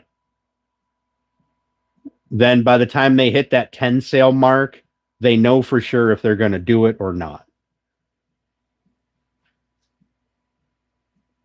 All right, Woodlot, I appreciate you, buddy. Drive safe, man. Oh, look, it's after 8. Well, I scraped most of it. I didn't get to scrape all the glue that's on the bottom yet, because that glue is still really pulled up. If you wouldn't do it for 5 years for free, don't start doing it. Well, I did woodworking for free for a really long time. You know what really set me off for knowing that I would never build blanks for someone on that scale that I was doing years ago, 5 years ago, actually. It was when I bought this house, my basement shop. Um, what really set me off was I seen how much that guy was charging for my work, and there was no mention of me anywhere in that work. And for the most part, what he would do is paint it, or one of his guys would paint it. And his exact words to me were, I'm too busy. I don't have time to do small stuff like this. So I'll just pay you to do it. I went, oh, that sounds great. Yeah. Yeah. Guaranteed sales. It's awesome. And then I was just working for him and getting none of the credit for all of the effort. And that, seeing what he charged for my box that he slapped a coat of paint on, nah. Yeah, he had the market. That's true. Now, now though, I'm in a position where if my neighbor decided he wanted to build planter boxes, I would buy his planter boxes off of him for people that want to buy them from me. I'd give him a design, be like, hey, can you build this? How much do you want for it? I'll pay you for it. I'm going to take it. I'm going to put the finishing touches on it, and I'm going to sell it because I've got the market to sell these. But I think I learned from experience that I would have to at least be fair about it. That was the worst part. Is the worst part of that entire arrangement was I had no time to do anything else.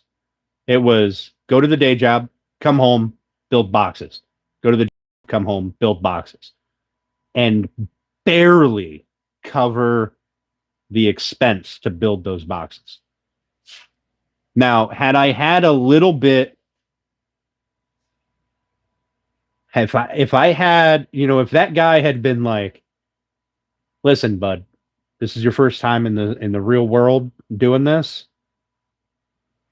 Here's a list of things I need you to actually look at, right? Maybe you can get this wood for dirt cheap, and this is good for you. But let's sit down and let's look at numbers and then give you a fair value. But what had happened was he went, that price? Really? Fucking sold. I want 20 of them by next week. Like,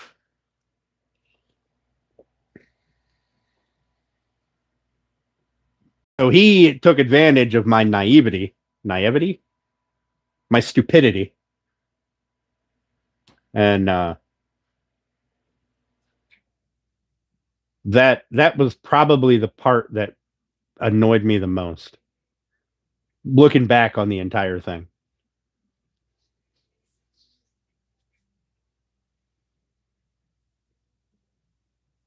Just made it all. Yeah.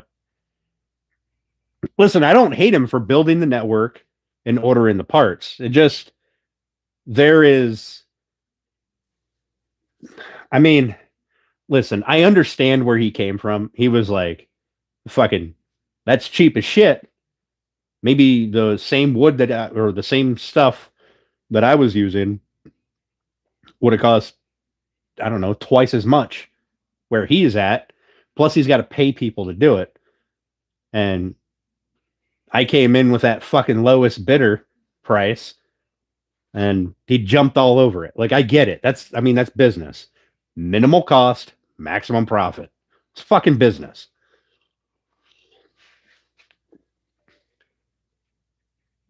Yeah. Yeah, that's exactly it, Roots. That was a hard fucking lesson to learn. If I say a number and somebody jumps on it, I immediately know that I should have charged at least half as much more. Yep, Father Time, it was a solid lesson, 100%.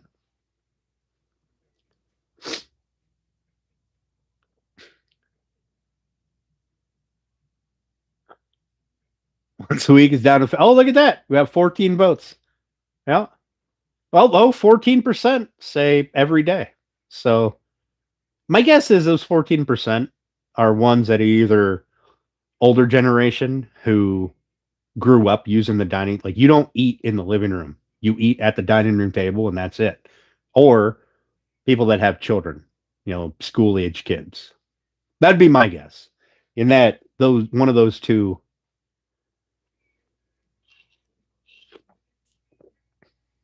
There was a Father Time, speaking of good lessons, before I started a bit, and even now, almost monthly, I learn a valuable lesson.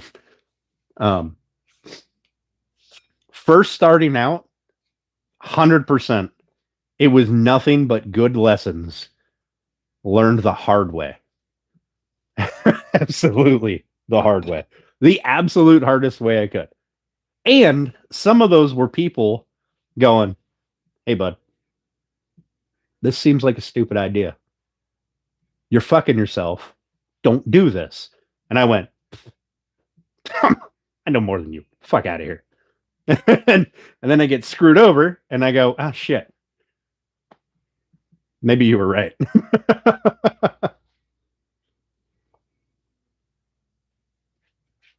Yep. Time was one of the first hardest lessons that I had to learn. Is time costs money. Yep. I always go for the budget. That's in my experience. So this is what I do. All right. When a client comes to me and they want something, I go, okay, let's have your exact idea. Your ideal project, wood types, finishes, what you want it to look like. Let's go for your absolute perfect project. And then I'll give you a price on that. And you will either accept it or go, fuck. Or I'll ask you, sometimes I'll ask what your budget is. Anymore, that's usually where I go. But go, all right, so you didn't like that, I don't know, that coffee table you wanted, or that D&D table, right? Keep adding all this shit on. Build you a design or get you a design. We all sit down and have a chat, and you guys go, fuck, $4,000. I didn't know it would be that much. I go, all right, that's fine. That's fine. We can talk about this. Here's what we can do to lower that price. Right? Maybe we don't build the whole fucking table out of black walnut and whatever else. All right? We can build it out of other woods. I can stain it to look similar to black walnut. I can use black walnut veneer on plywood. That's going to drastically lower your cost.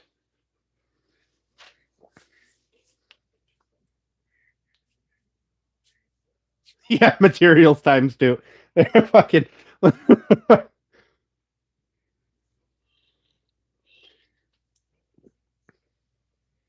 Problems pricing your work. Father Time, here's my. I know New Roots just gave you pricing. Here's my thing with pricing. Nobody, absolutely nobody, unless your neighbor is doing the same exact thing as you, nobody can price things for your market. Nobody. Now, there are some general guidelines like material cost, add 20%, go material cost, half of your material cost, call that your labor, whatever. Um, there's a whole there's a whole bunch of different formulas out there. In my experience, you're better off estimating your labor. Excuse me. You're better off estimating your labor. Let's say this thing takes me 20 hours to build. All right. And I want to charge $50 an hour. That right there puts it, that gives me my baseline for price. Now I add on my material cost plus waste. All right. That gives me a baseline of a price quote to take to the customer. All right. But I've never built one of these. I don't know if it's going to take me 20 hours or if it's going to take me 40 hours. It might take me 10 hours. Right.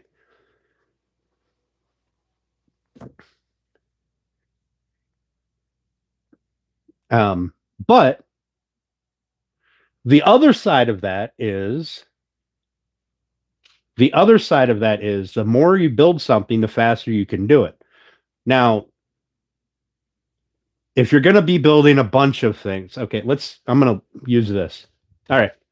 So let's say that this flag case took me 4 hours to build, and I want to charge $50 an hour. All right. It didn't. But let's say that's how much it took. So right there, I got $200. I made it out of black walnut. This is probably what, 4 board feet of black walnut, a fucking $8 piece of glass, and 25 cents for the backer. All right. The next one I make, maybe I can build it in 3.5 hours. The next one after that, maybe I build in 3 hours. After that, maybe I build 10 of them and I build 10 of them in 4 hours. All right. Because batch work is always faster. Right. Like my cutting boards. All right. I charge $75 for my cutting board. It's got, depending on the wood that I put in it, it's got up to $30 in material cost. All right. Got in everything, the finish, the feet, all the wood, everything. Maybe about $30 material cost. If I build one of them, it takes me a couple hours because I've got to mill all that wood. I've got to do all the cutting. But if I build, like, I can build one of them in a day, or I can build 15 of them in a day. So,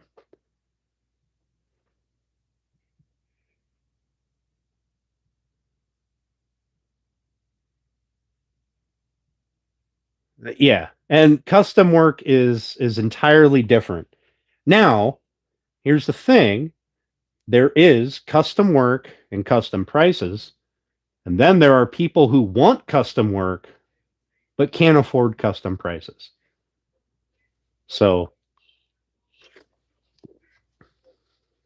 anyway, so that tells you how much that I can make off my cutting boards if I sell them at $75. All right. So I'm making, if I make one of them to sell, I'm losing my ass because my shop is pretty much worthless while I'm making that one board. If I'm making 10 of them in one day, I can make a good amount of money.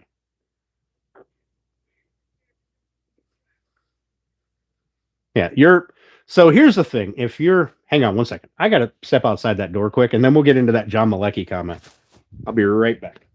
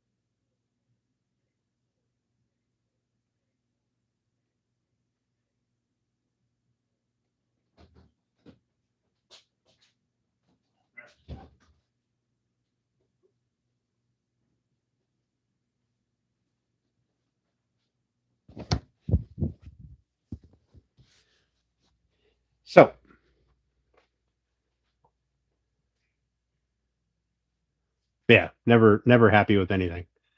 Um,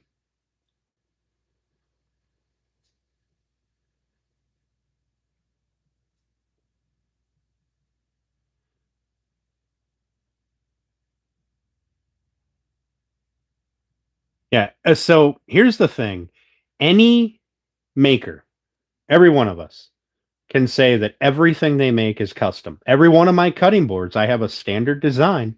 Every one of them is custom. There are no two that are the same. Every single one of them is custom made. All right. So that being said, there is a point where you have to compare your prices to someone else's. All right. To your local market. All right. I agree. Custom work does have a custom price tag. But if I'm making a coffee table or I'm making coffee tables, the guy down the road is making coffee tables. The guy down the road the other direction is making coffee tables. And we're all making custom tables, coffee tables. That gives you a market. All right. He might be charging $1,000 baseline. This guy over here might be charging $500 baseline. And assuming all things are equal, quality of work, willingness to design or work with the client, workload, things like that, name. Assuming all things are equal across all three of us, you have your market, right? This guy charges $1,000. This guy's lower at 500. He's probably busy as fuck to a certain extent. There are people that are going to go, this costs more. It must be better than that guy. So he will be busy as fuck. So there is a point where you have to compare your custom prices to your local market. Now, if you're building something like complete one-off, that's different.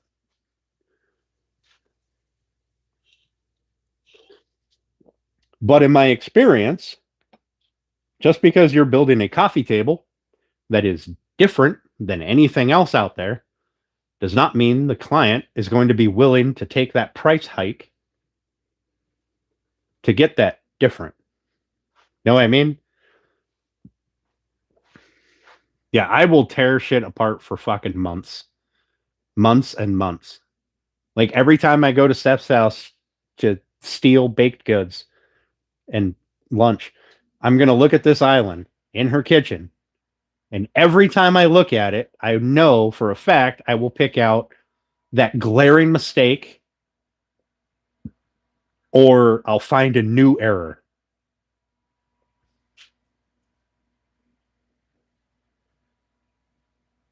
Yeah. Yeah, that's exactly what it is, Roots. It's perceived value. Um Yep, home worst critic. Every maker is their own worst critic. 100%. I've said it before. A customer, right? So I have to clean this up. I can look at this flag case right here for Michael, for Grumpy Vet. I can look at this flag case and I can point out probably 15 different spots that I fucked up on. All right. You guys could probably point it out too because I built it on stream and I showed you guys. All right. Everywhere I fucked up, I went, all right, so here's what I fucked up. Here's how I'm going to fix this. All right.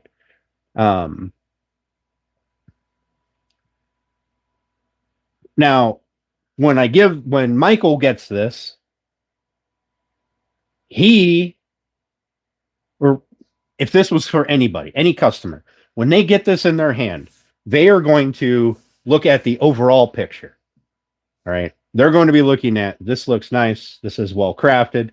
It's not falling apart. It's not flimsy. It's not shaking. It's not, it's not some thing that was bought off the shelf at fucking the home goods store, right?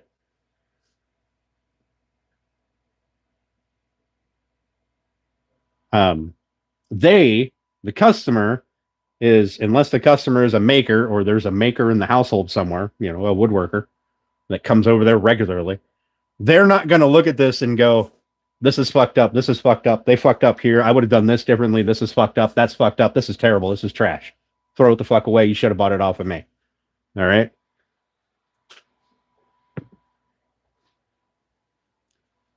And yes, Runic, I believe that was Four Eyes.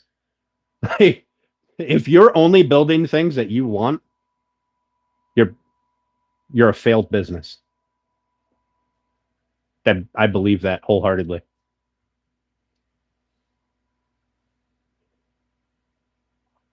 If you're only building things for you, it's not gonna work out well. I learned that lesson a long time ago. YouTube builds, yep.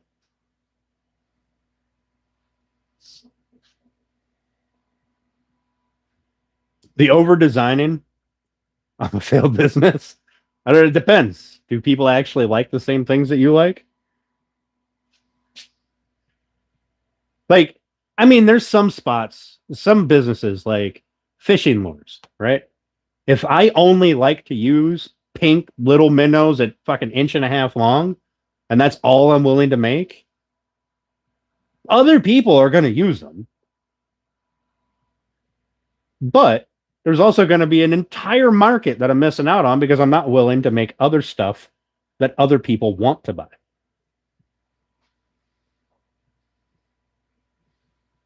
Right? Does that make sense? Like this, okay, we'll use this island. I'm not a big fan of painting stuff. I adapted. I changed the wood that I'm using so I don't fucking feel bad about painting it. Right? I am painting it pink. I'm not a big fan of pink. I don't need pink shit in my house. If I had refused to do this, well, I mean, A, this isn't a commissioned piece, but I mean, I guess it is. I'm getting paid in food. So, but if this were a commissioned piece and I went, no, I'm not doing that because I don't paint wood and I don't want to make it pink, there was a lost sale, right? That's because you're fucking stupid. That's the only way to look at that.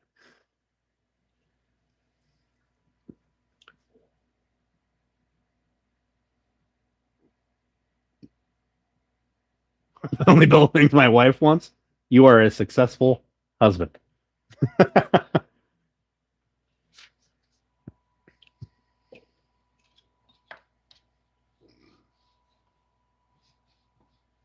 Steph, if you're going to cook me food all the time, you can move in right now. Right? And paint the room whatever you want. Colby, it's because I don't drink beer, buddy. I drink pop. All right? Pop. Paint is to cover up mistakes. Now, there are times where I've bit my fucking tongue and I've done stuff to wood that I don't like because I'm not the one who's buying it.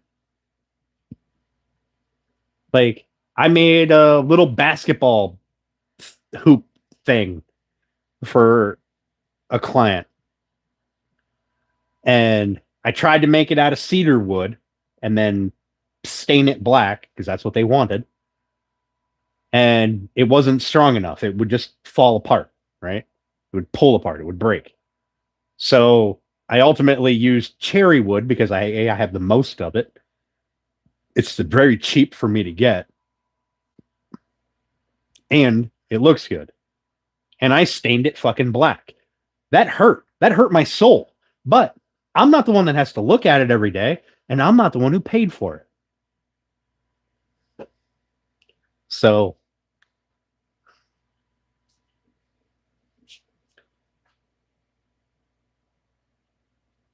what exactly is this for? Hey, Nolan, this is a Bakers Island. It's laying on its side right now so that the glue puddles don't run. I'm going to scrape them here when I can. This one's good. That one's good.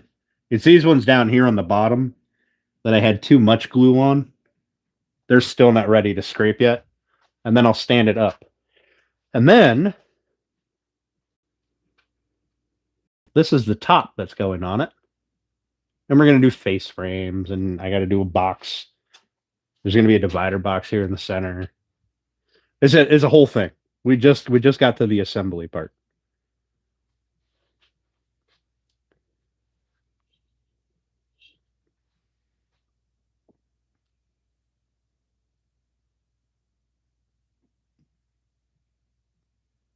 Two-tone look is in whether we like it or not. Yep. That's it. Now, when I do have to paint something, I don't use I don't use mineralized curly cherry. I don't use ambrosia maple. I use fucking poplar when I can, or I use red oak if I need that hard wood. Because red oak is fucking cheap. It's like pine. And I don't have a problem painting that as long as I don't get one piece that's really pretty. Then I'll feel bad about it.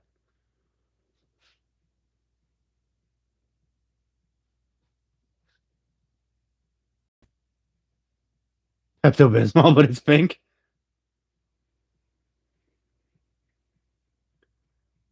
Not the red oak.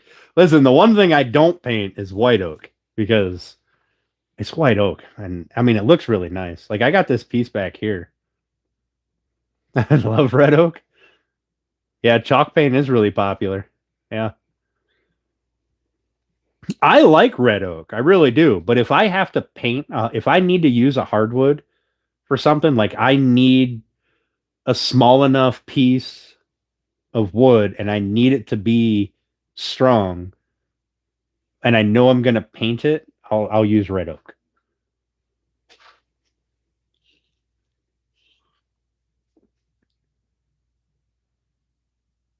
Starting to show in the poll. Yeah, we're getting there. We're getting there. But now, let's assume that 50% of those people are willing to spend, I don't know, 10 grand on a table. I mean, that's out of the, what, 22 votes? That's 11 tables you can make. It's 110 grand. That's not bad. The other 11, maybe I make them a coffee table for 5 grand. The 2%? Listen, there's nothing wrong with striving. Absolutely nothing. I'm a firm believer that there is more than one way to run a business. 100%. And every one of our businesses is not universal, right? Every one of us out here that's a woodworker or a crafter in general are not just looking for a sale. All right. Well, I mean, I don't know. Maybe not everybody. I'm going to say the majority of us are not just out here looking for a sale.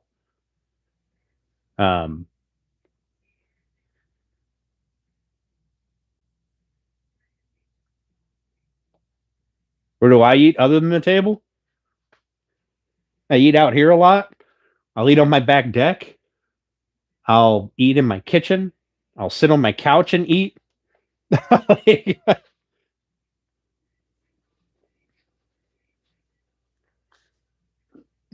eat in my truck.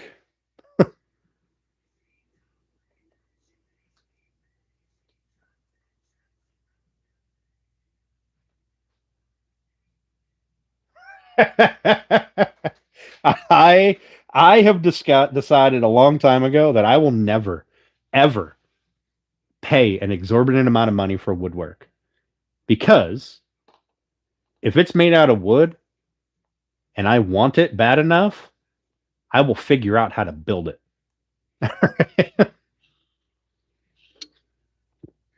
And I'll probably build 2 or 3 of them until I get one that I'm happy with and try to recoup some of my money or give them away.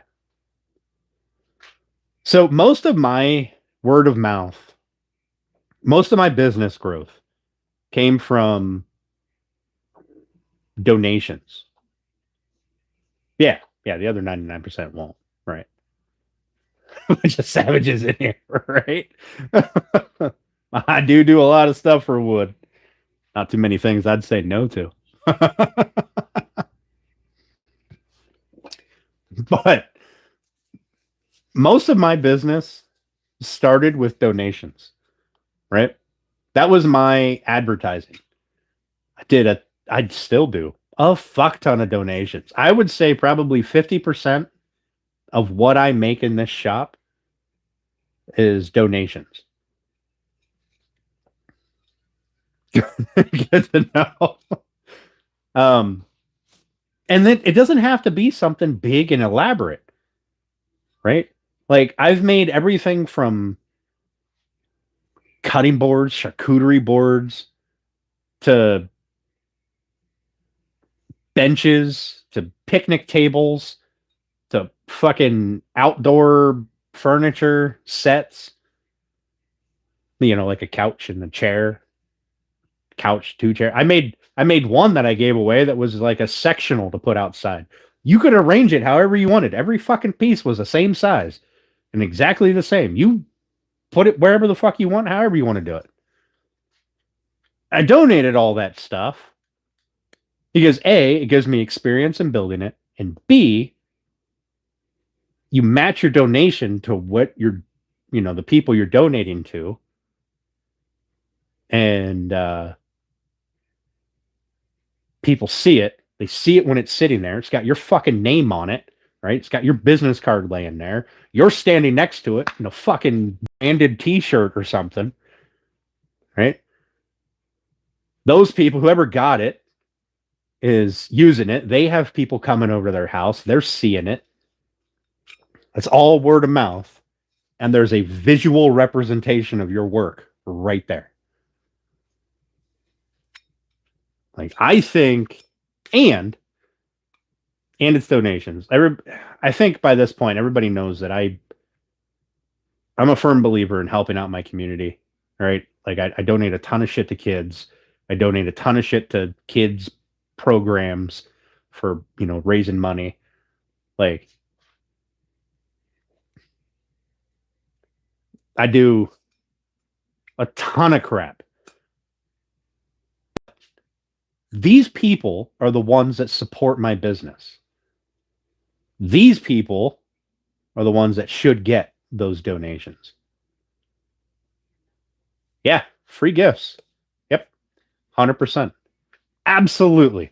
Free gifts are always a perk. It doesn't have to be anything elaborate. You could be making a table and have a fucking cut off extra piece and turn it into a cutting board or a charcuterie board. And be like, thanks for buying my, I don't know, $4,000 table. There's a little perk, little gift, and it matches your table, right?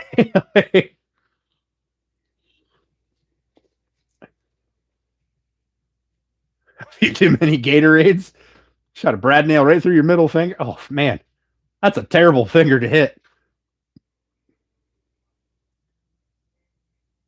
Pilato creation hats. Hell yeah, Pilato. Pilato. How much money do I have to send you to get a hat? Also, I think when the website goes live for like a month, I think I'm gonna have a code that every order gets a free sticker. I think I'm gonna do that because one of the cool stickers. Because I have a sticker that's like holographic. It's really cool looking. I think it's awesome. But it's like $6 for the fucking sticker. All right, that's an expensive ass sticker.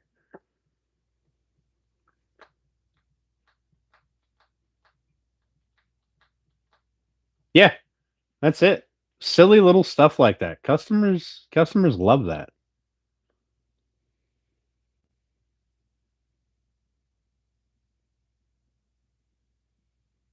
There's some other appendages. Yeah, probably. Right? Stickers are expensive. I mean, unless you're buying like a roll or a sheet or a whole bunch of them from like one place, then I guess they can be fairly cheap. But my sticker's like, Steph, what is it? Like a 4x4? I think it's a 4x4. My really cool one is a 4x4 sticker. and it's die cut and it's holographic and it's got my logo on it. I have a Cricut. I have one.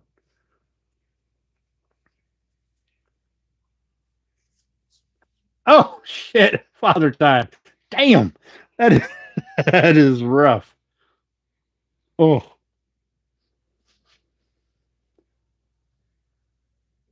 a Rub a Rubo work. I don't even know what a Rubo workbench is.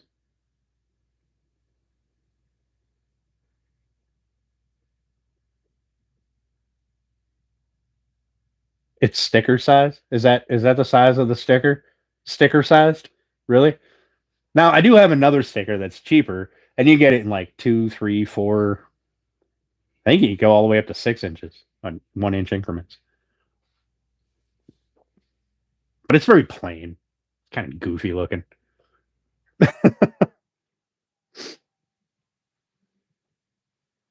Yeah, it's 100% the size of a sticker. Just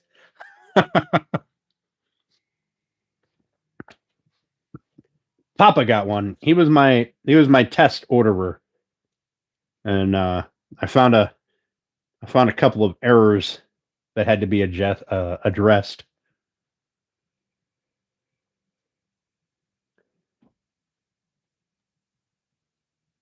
Rico workbench integrated wagon vise. I be honest, I would have to look at one, but I can tell you for a fact that that bench right there is extremely fucking heavy. And a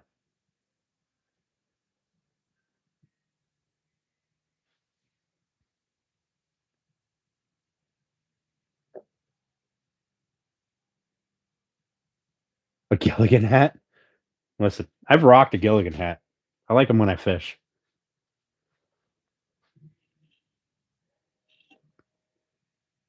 Order should be sent out tomorrow. I'm gonna check on that because I don't know anything about the ordering process. That's a hand tool bench. Yeah, see, that's not going to benefit me at all. I'm not a hand tool woodworker. My benches are every time I build a bench, it's very, very specific to my woodworking at that time frame. Um, like this, I got the flip up on it because I occasionally do shit that is bigger than my bench, and I needed to have the extra space.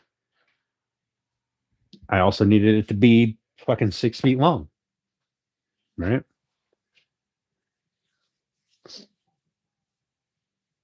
All right, Pilato. Have a good one. We're in a great channel. Do fine work. Thanks, Max. I appreciate that, buddy. Naked take care.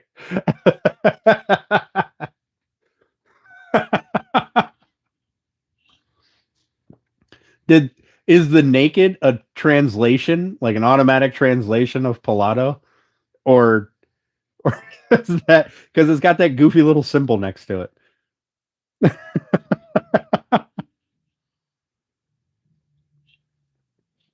Awesome, Papa. Awesome.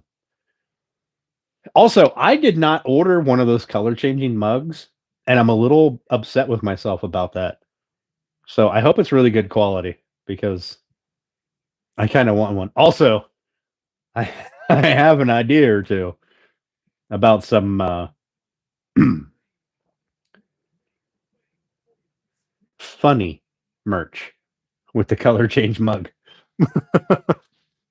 I'm gonna have to have. I really am. I'm gonna have to have an adults, like a password protected side of the page of the website, so I can put the more interesting woodworking builds and merch locked over there.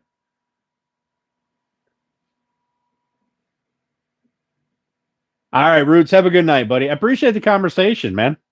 It was a good chat. I enjoyed it.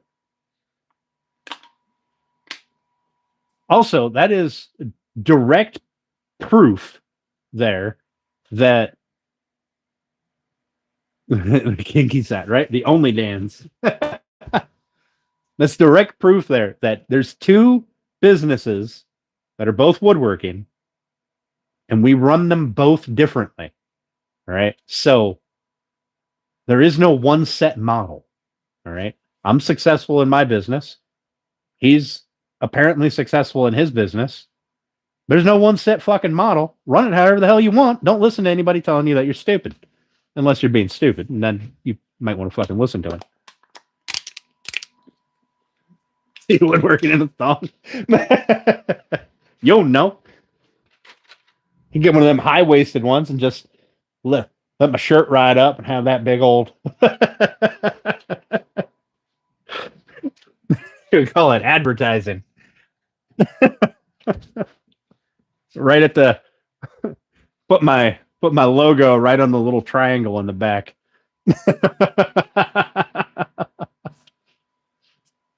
Yep, exactly. 100%. Every business is different. Every business has different clientele, different goals. All right, New Roots. Have a good one, buddy. Jesse. What? Ouch. You want to see me woodworking and a wife beater?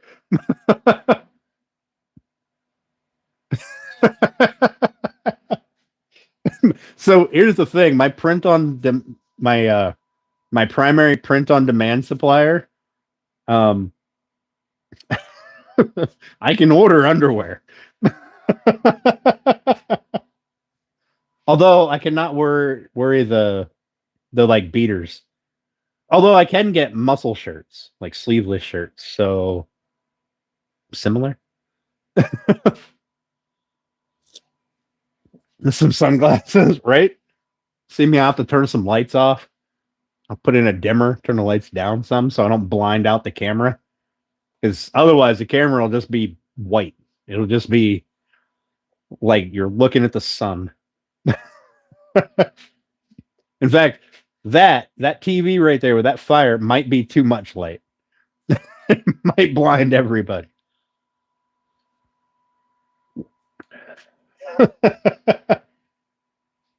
I wonder if I can scrape these puddles yet. I wear jeans like constantly. So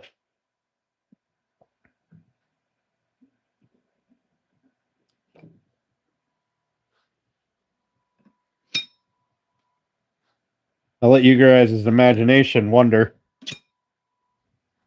how fucking pale I am. Steph knows.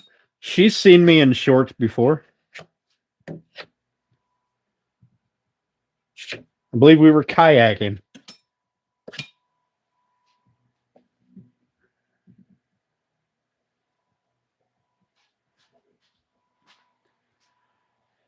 But it can be 100 degrees outside.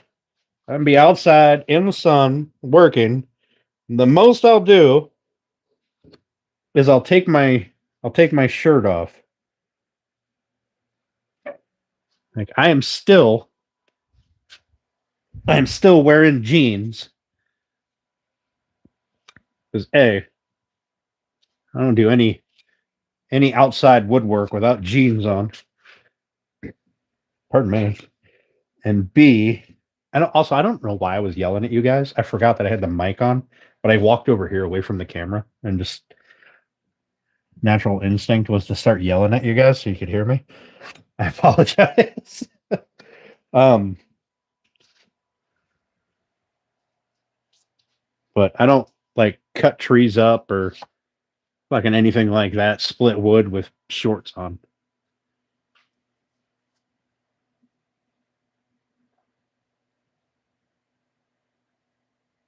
Ever see the movie Skin Deep? Maple Butt? I have not seen Skin Deep. Some of us don't have to wonder. Still traumatized and eye damage. And it was pitch black outside.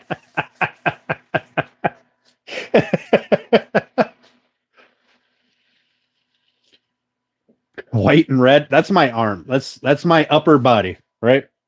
So in the beginning of spring, right? I'm always wearing t-shirts. Beginning of spring, I'll have the driver's arm, right? I'll be tan from here down. This arm will be pasty white till I'm outside all the time. Then I'll have the bright red neck, and I'll be usually sunburnt from here down, right? Oh, this arm usually gets tan. This arm usually gets sunburnt because it doesn't get near as much sun. And then if I take my shirt off and I work outside for 5 fucking seconds, my entire upper body is bright red except for from the sleeve down.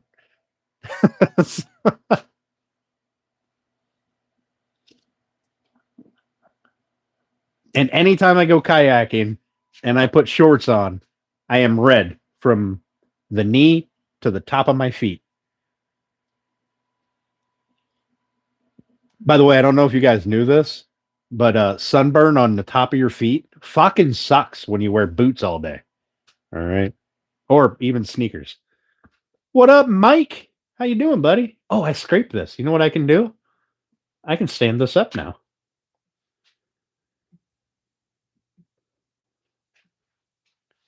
It's gonna be heavy as fuck. Like it's gonna be 100% exhausting to do this, but I'm gonna do it just for you guys. You're gonna hear some weird grunting noises, and you might hear me have a heart attack, but it's fine. It's fine. I'll be okay. Good fucking golly.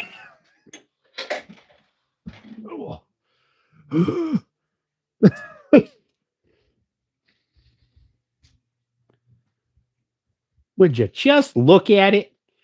Here, hang on. All right, so we can close this. We're evenly between once a week and every day, and some sporadics a few times a week and on weekends.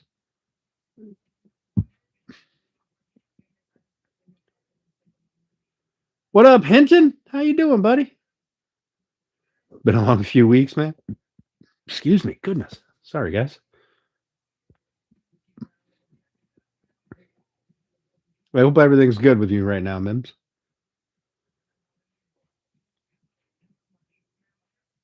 Asking for a friend when you have a heart attack. I'm good, Hinton. I'm good. There is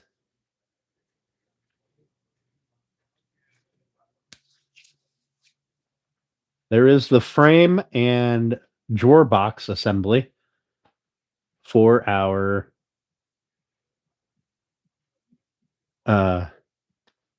kitchen island.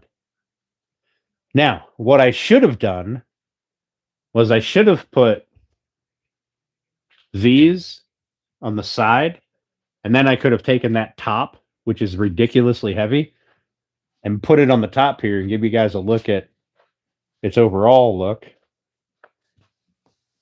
Oh, I got glue through my mat onto my table. How did I get glue here?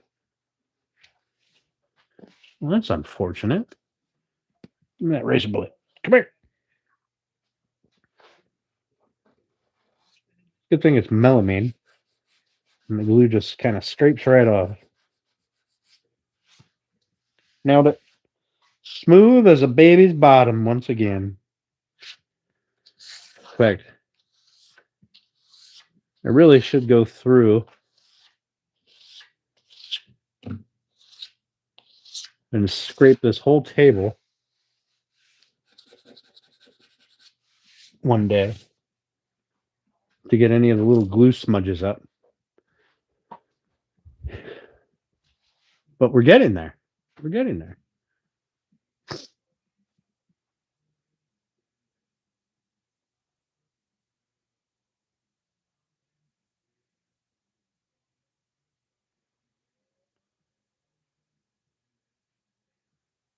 Got a heart attack in the 22nd.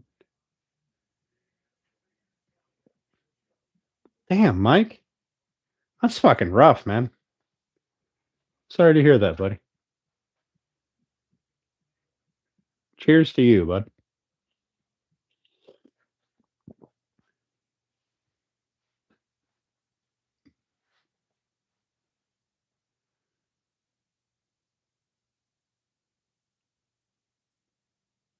So, I know we don't often do like real talk on here, but these are things that happen. If these are things that happen to, unfortunately, a surprising number of people, and I am a firm believer, what Father Time just said, that if you're going through a hard time and your significant other decides to bounce, whatever that hard time may be, then you're much better off.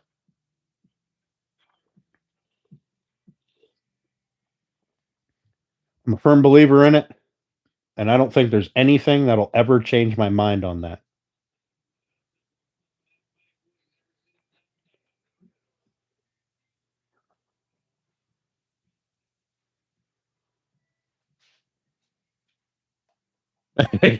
Good. All right, Papa. Have a good night, buddy. We'll be heading out of here shortly. We're going to have a couple of drinks, and then I'm going to go in and warm up some leftovers and, probably some uh, some subpar goulash. and, and sit with the dog on the couch for a bit. That's the flip. Yep, Mike. So that makes it even, I want to say better, but I hope you understand what I mean. But it makes it even better when they make it easy to not care.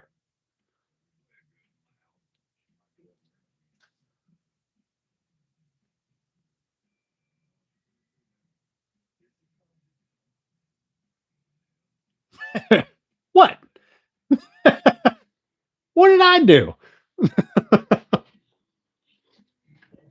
Okay, so now you guys that were upright and you can see, right, the three different sections up top here, you have a better idea of what this overall flip it again.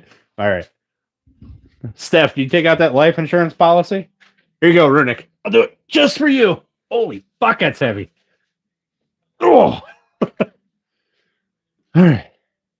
Let's see. Do I have any words of like awesomeness to say right now? Nope, I really don't. There you go. There. Now that you have the three different sections up here, everything's assembled, right? This is the frame. So this will be open on three sides, right? So open storage will be a wall right here. Okay. There will be a wall right here. This will be open storage, front, back, side. Right here, we're going to build a box that goes straight up. And in that box will be slots for you to put in dividers. So you have vertical storage for, baking pans, muffin tins, whatever. And that's going to be open on both sides, right? So you can't just slam something in there or shove something in there and it gets stuck in the back and you just keep fucking cramming shit into it. Excuse me. And then we'll have the top here. Now, will you be able to put a KitchenAid under here? No, you're fucking not. If you got a KitchenAid that's this small, you don't have a KitchenAid. All right. Now, each one of these is going to be a drawer. There will be a face frame around everything. All right. We're going to build the face frames later. I didn't want to build the face frames ahead of time until I had exact fitment that I could use here. Right. Then we're going to build our drawer boxes. We're getting everything padded out so we can put our drawers in. And we'll do the face frame and drawer fronts on the back side. They'll just be dummy stuff. A slotted box.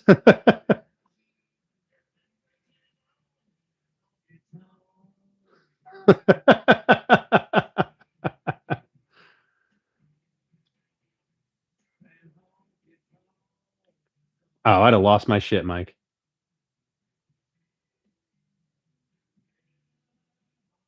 No more food for me next week. You're not even in town next week. Goulash is not subpar. It's okay. It's okay. Yeah, my sunglasses. I'm gonna have to make special uh, EWC sunglasses so the lenses are EWC. Maybe get some blinky lights on them.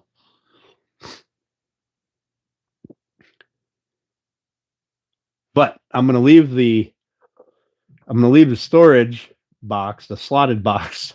I just got that. Fuck. I'm gonna leave the baker's box open on both ends or both sides. So that way, if you just slam something in there, it's coming out the other side and laying on the floor.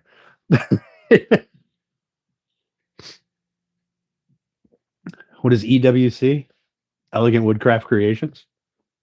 It's my new business name, my new logo. This is the old logo, an old name, just Elegant Woodcraft. Oh, just kidding. Fuck you. God damn it. We're slamming into a slotted box. I guess it is that time, isn't it?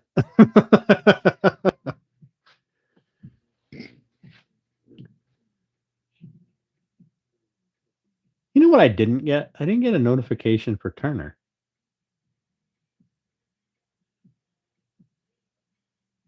Maybe I do. I have a YouTube notification that just has an arrow. There's probably like 700 different. Nope, there's nothing in there.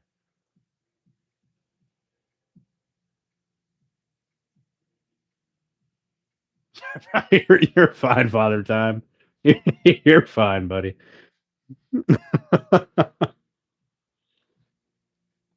I hope you know that fuck you wasn't meant as an insult.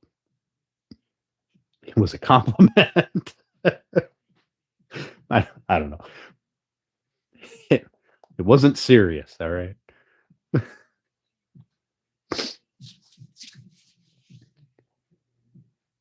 I should have my sample order so I can start wearing new shirts and a new hat. But my hat doesn't have a flag on it, which makes me sad. But it's no longer the trucker hat style. It's got a leather patch here in the center. We'll see if I like it. I ordered the sample. I don't know if I'll like it or not. I should have those here in a couple of days. Yeah, I didn't get any chaos samples.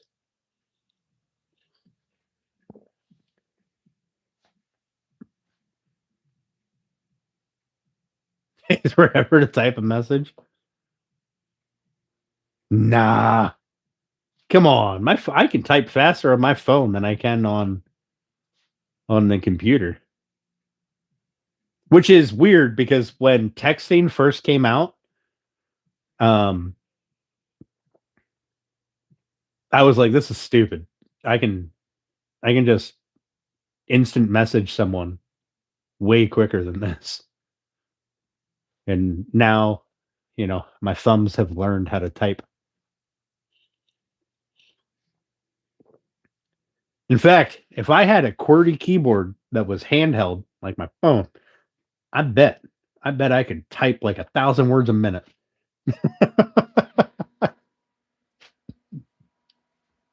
If I'm on here, I'm in my shop. Nice.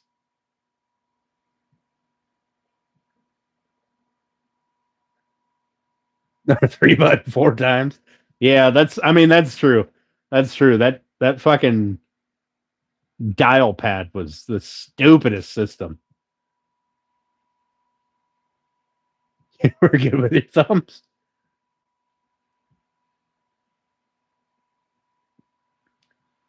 Um You know what? I should have ordered a sample of the chaos stuff. That would have been cool to debut on the channel.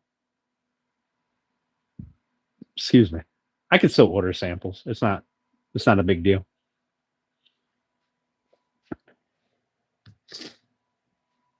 Also, you two have a code that allows you to get shit at my price. So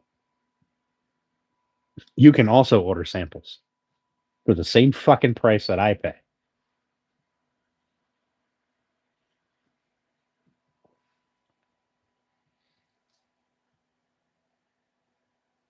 On the chaos stuff. It only works for that. Doesn't work for anything else. You got to use the special code for all the other stuff. The launch code.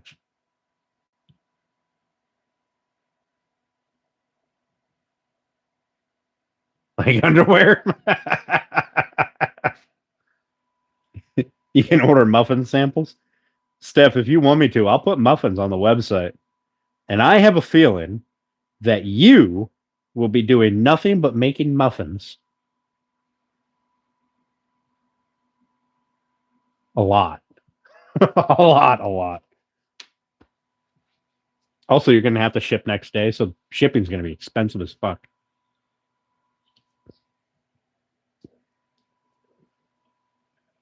I mean, I feel like Papa would order 50 muffins on day one. Listen, guys, she made me muffins for this week. 2 of these muffins, I don't know what happened to 2 of these muffins. 2 of these muffins are like 3 times the size of the other muffins. And like I feel like they ate the other muffins while they were baking. And like she originally made 2 batches, and just one batch turned into just 2 muffins.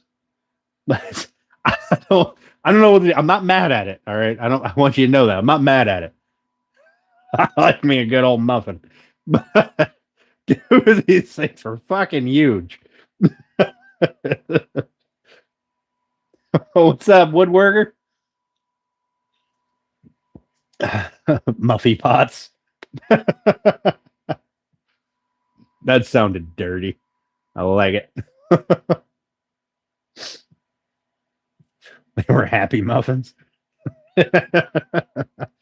Were they happy muffins? What'd you do to make them happy? How you doing, woodworker? I assume you're a woodworker based on your name. She's the muffin man. She is technically the muffin woman. Isn't that's a nursery rhyme, the Muffin Man?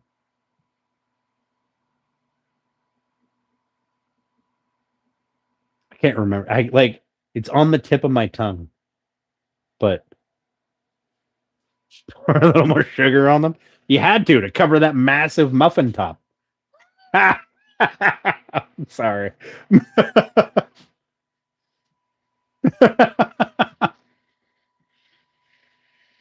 Oh man. Glad to see you, muffins. Just chilling out this evening. That's what we're doing. We assembled this, right? So that's what the clamps are still on there for. This is our Bakers Island. On the 12th, I will have my pivot wheels will be coming. So eventually this will be on the floor. The workbench will get moved. This will be on the floor. We'll be doing work on it. But we've got to build a box for the middle, right? For that white area right there. Got to build our slotted box. And we got to make 2 face frames and then 2 more frames for the sides, right? 1 for each side. And then build 3 drawers. Do all the taping off and painting. Except for these here. These are maple. We're going to leave those. Sand the top. Get the top finished. Get it attached. What wood am I using? Well, you know what? Very kind of you to ask. Let's go over here and look at it, shall we? Bloop. All right. So the frame is poplar because we're going to be painting this. All right. This is maple ply because this is going to be visible. This is just 3/4 inch cabinet ply. Right. So we got our maple frame, our cabinet, our drawer box, which is also a storage unit. And this is the top. This is curly cherry. I need to do some sanding on it, right, to level it all out because these side pieces were not exactly even. I got to do some routing. I have to fill these spots. There's 4 of them. You can see there's a gap here now. I have to fill that. Anyway, this is curly cherry. This is very curly cherry. And this is curly mineralized cherry.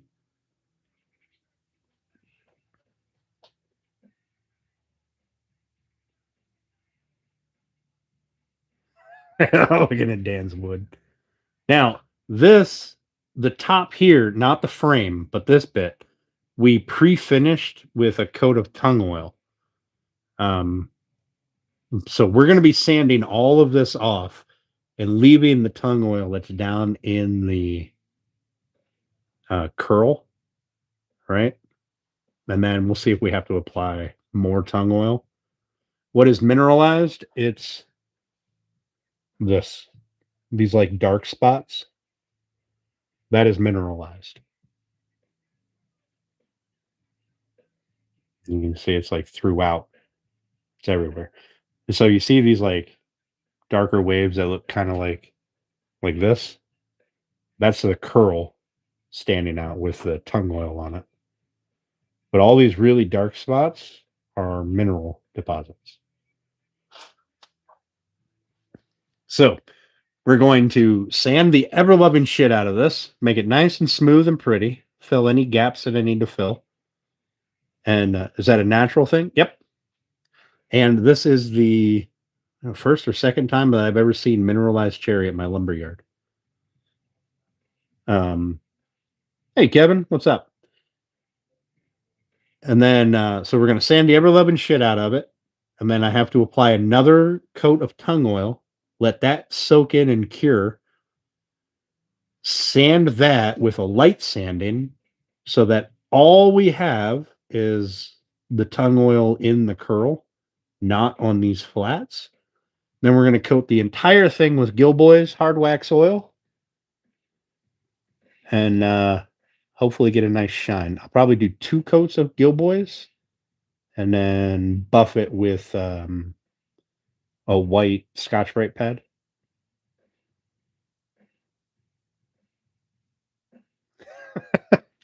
But that is going up there. And then the rest of this is going to be painted. Everything else here is going to be painted. The face frames, the drawers, everything will be painted except for these. These are also going to get a coat of Gilboy's.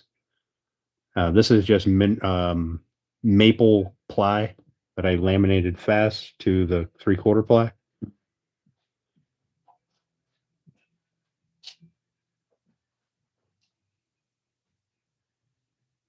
Watching Dan rub and tongue his wood after the close-up. Make sure to not tune in. Thanks. Thanks, Steph. I appreciate that. Listen, I would love to say that I'm going to be doing that sanding off camera. But I'm probably not. Clamp discussions or sanding. You don't like me talking? Listen, I spend most of my day not talking. All right. Thank you, Father Time. I appreciate that. I really do.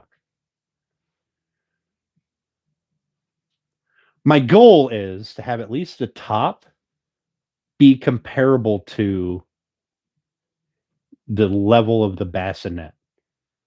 All right. The bassinet is something I am extremely proud of. It is actually on my website as the banner picture, the very top of my website. Because I'm super proud of it. I feel like I did a really good job. There are mistakes that were made. But I feel like I did a really good job. And then I got the dirty flag case here with that Gilboys plus hard wax or a wax polish. Give it that sheen. And I think that makes that curl dance really well. It's very dirty and I got to retouch up the finish, but I think it does make that curl dance or that chatoyancy dance wonderfully. Like I feel like that. Like I'm kind of proud of that, to be honest with you. That turned out really nicely. We got the other flag case over here that isn't finished yet. I need to work on that.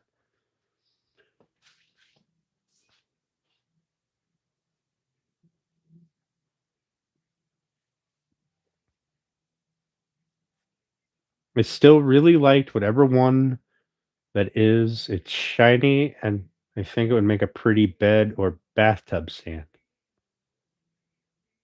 Shiny? So the curl in the cherry until I finish the finish, um, is dark. But if you go back to when I sprayed it with rubbing alcohol or when I first applied the tongue oil before it started oxidizing, that was when like that curl really jumped out and had that shine to it. Fiddlebacks, what you call that iridescent wavy grain? Yeah. On the case, the dark wood. Oh, on that? On the flag case, that's maple or black walnut.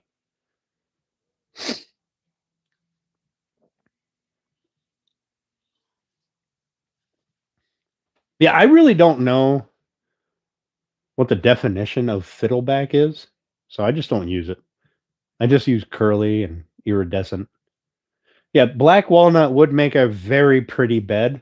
It would also make a very expensive bed.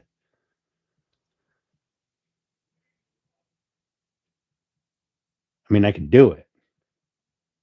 Thanks, Steve. Appreciate that, buddy. I could do it, but it's going to be super expensive.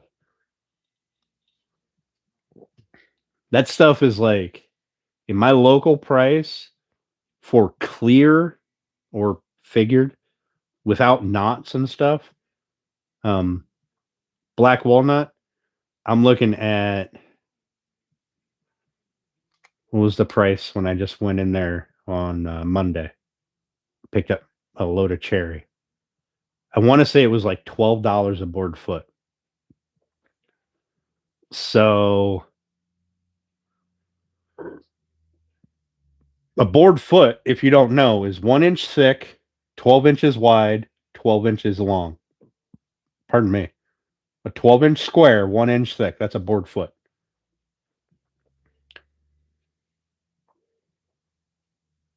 Allergic to cheap thing? Yeah.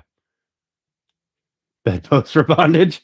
Father Time, that'll be on the Only Dance side of the website. I'll make sure you get a password. Good thing I'm short, right? I can make a 4-foot bed instead of a 7-foot bed.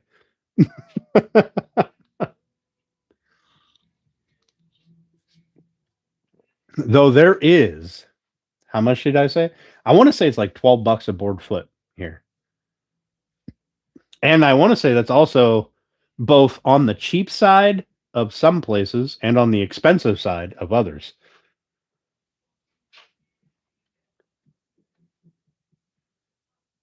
Seven will both fit.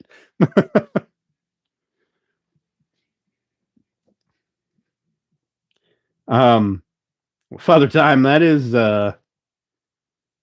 one of the things that I need to have a password protected page on the website for.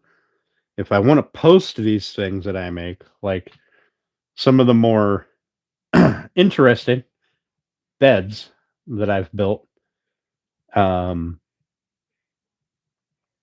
Fucking 6. Where are you at, Kevin?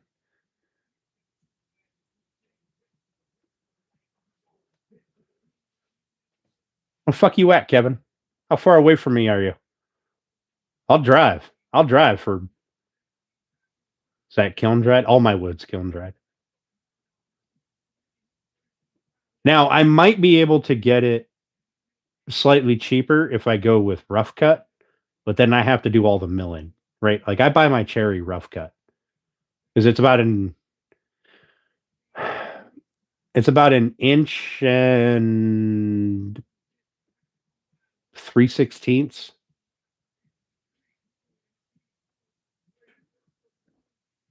when it's rough cut. So depending on the pieces of wood, I can get, anywhere from an inch to 3/4 of an inch.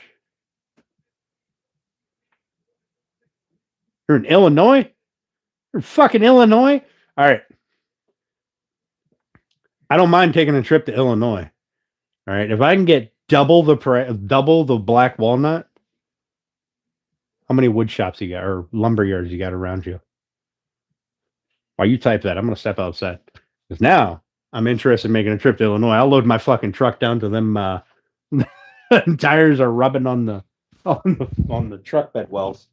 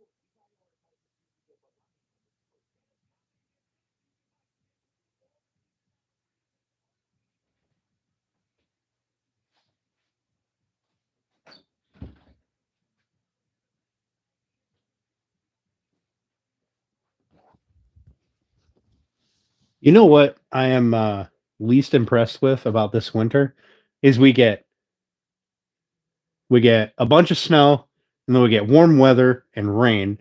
Then we get a bunch of snow, then we get warm weather and rain. Kiln dried skip planed. I'd prefer skip planed. Hell yeah. Rent a haul trailer, stack it full. Hey, Francois. How you doing? Thanks for coming in, bud. All right, I'm probably going to give you guys one more drink, one more pop, and then I'm going to call her a night. Although I can no longer get through there, so now I got to take the long way around to the fridge.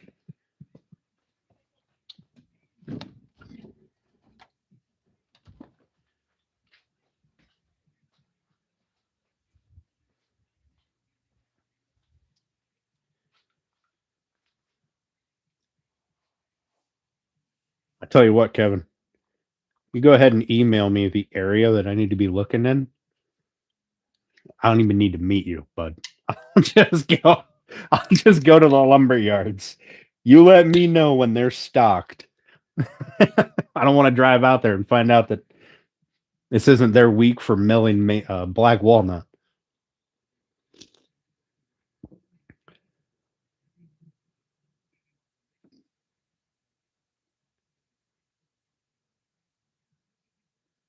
It'll cost me like 2 tanks of fuel. I feel like it'll be all right.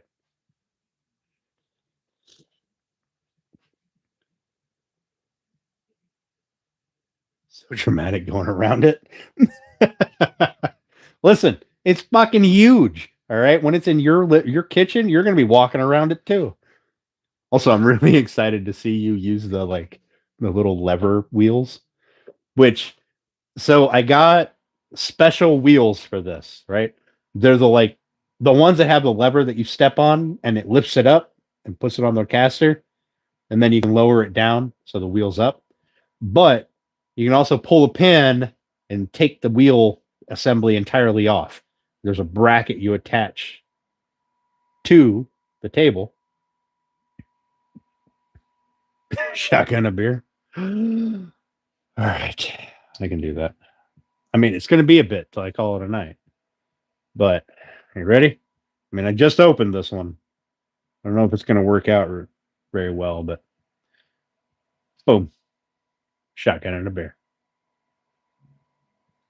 You see it? You see it? Can you see it? My. It works better when I'm on that side of the cup.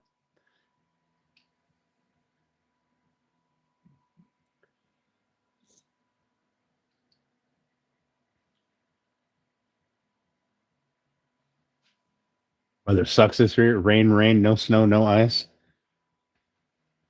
So we just had a big snowstorm, like a couple of days, almost a week of fucking snow and cold.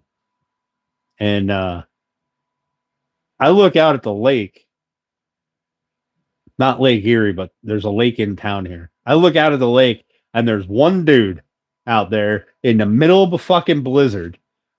He's out there with an ice hut.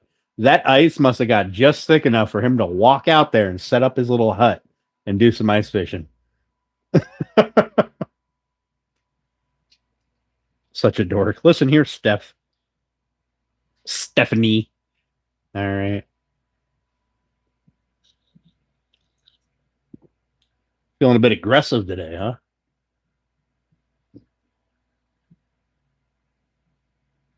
Because I hurt my ankle. I told you guys, they share the same brain cell. There's one brain cell between the two of them.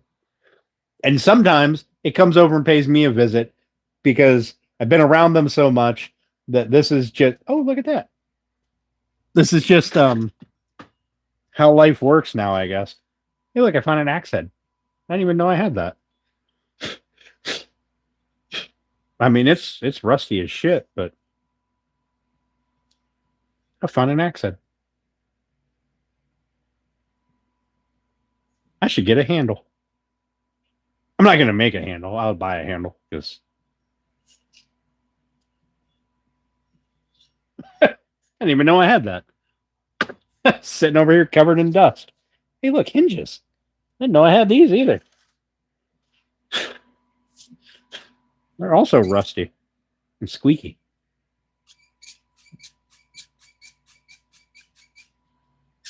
But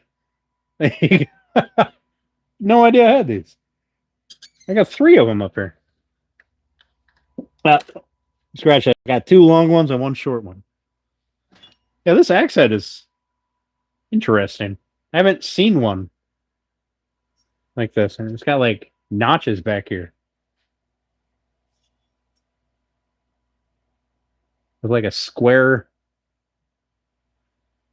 Try to get it. Like a squared off hole. It's weird.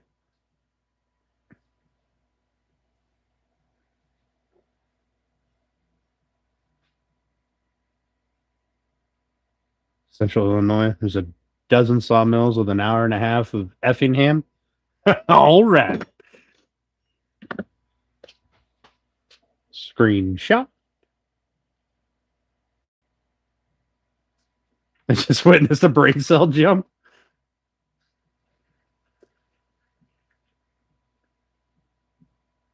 Makes sense to me.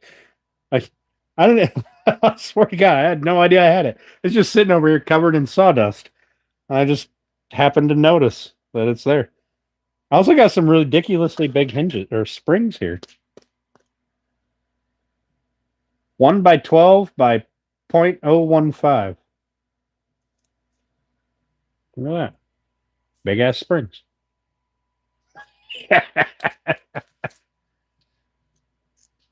There's got to be for like a screen door. I got 3 of these too. This must have been stuff that was here when I bought the house.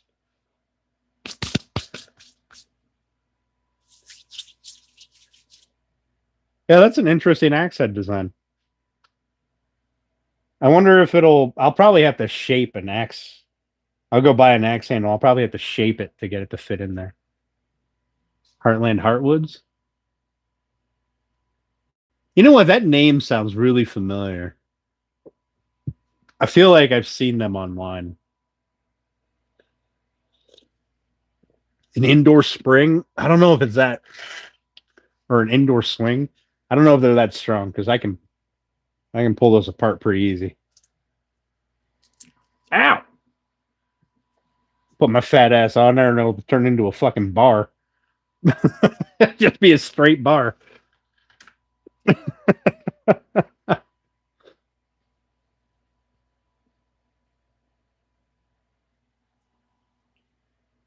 Huh.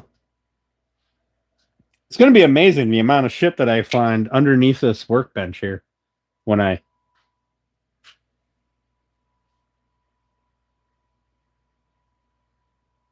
Can we have the cell back, please? You're more than welcome to it. See, Beck, Steph doesn't ever have to worry about that because all her knives are butter knives. So I'm scared to go without the brain cell.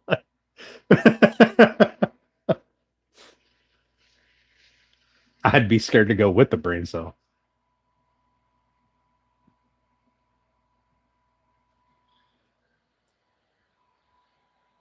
I'm going to move this over here because I need to make sure that gets worked on probably tomorrow.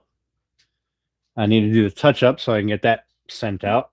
And this is the other one. I still need to cut the backer, but that's going to be pretty.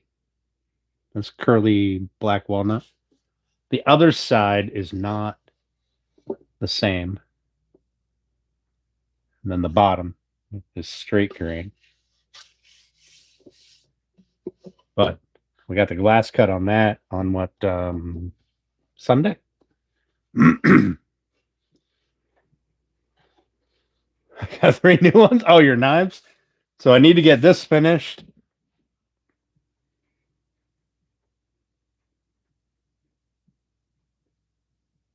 The fuck was that? I need to get this finished. I need to cut the backer. Ooh. I need to cut the backer for it and get it lined. And I need to put in the trim pieces here to hold the glass in place. Because this one, the back is going to be how you load it, right? And I need to put in my little engraved tag. And then do all the finish work, get that shipped out. This one needs to get cleaned up. This one is different. It opens the front.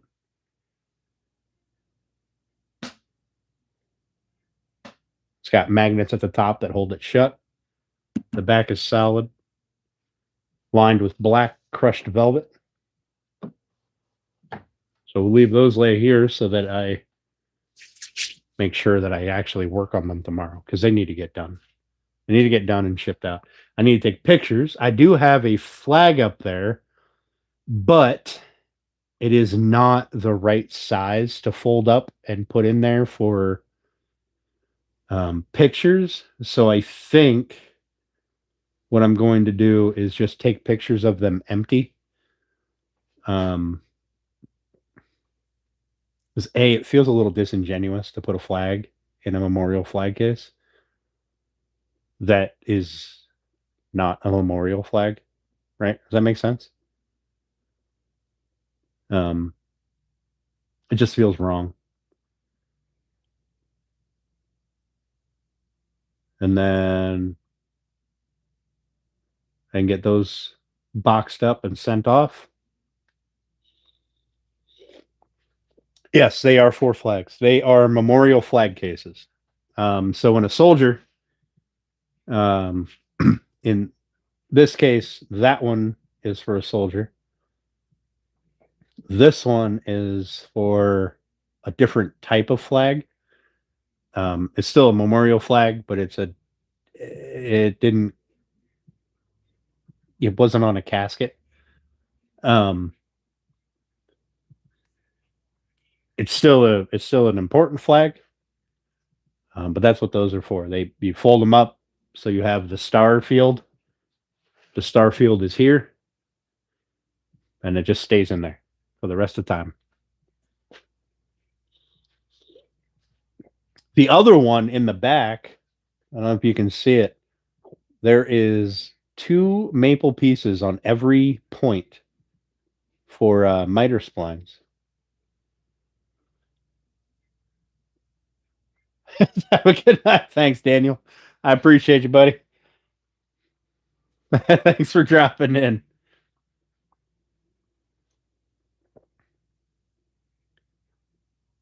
I would imagine other countries have something similar, right? Do other countries do memorial flags? Or is that a strictly American thing?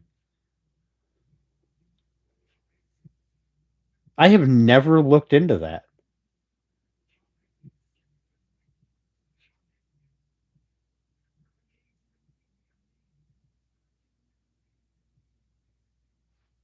Never mind, I'll stay. All right.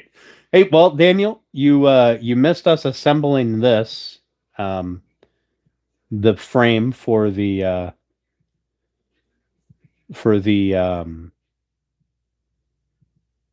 Bakers Island. So this is the basic everything, right? We still have to add the box. We got the top. I have to sand. We got to build the face frames, the side frames, and make the drawers and drawer faces. But it is assembled, and then tomorrow it'll be off the table. I'm probably setting them on this table back here, but tomorrow it'll be out of clamps and off the table. I like the contrast between light and dark. I do too. Um,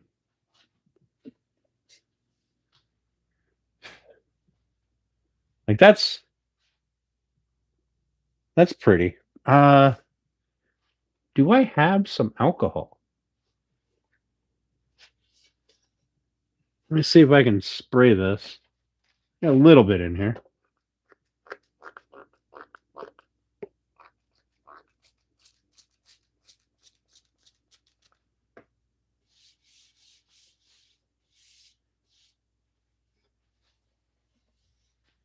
That's the general gist of what it'll look like.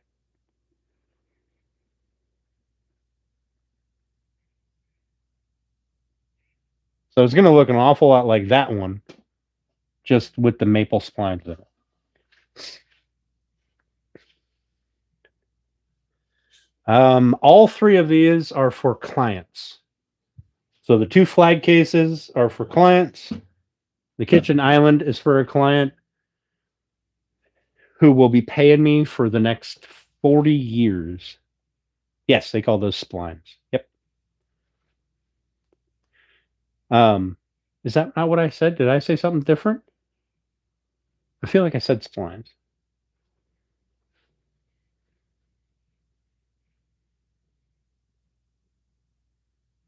Share to bake for life. Yep. Um, you know what? I don't know what I would charge for that. Maybe that would be a fun experiment to sit down and figure out actual work time and material cost and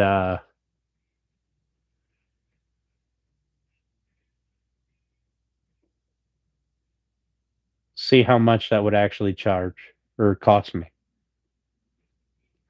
I can tell you the top, just the cherry wood on the top is, well, I do have a piece up there.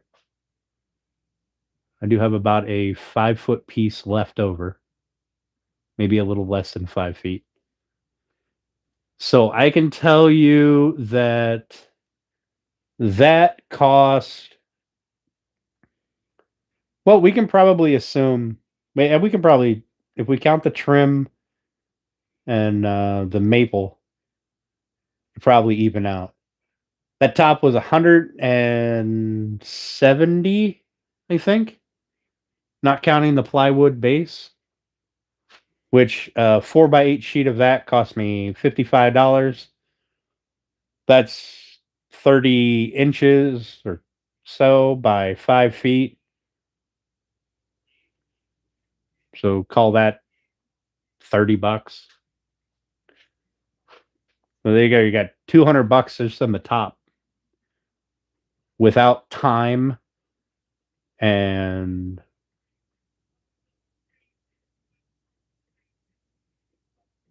finish material.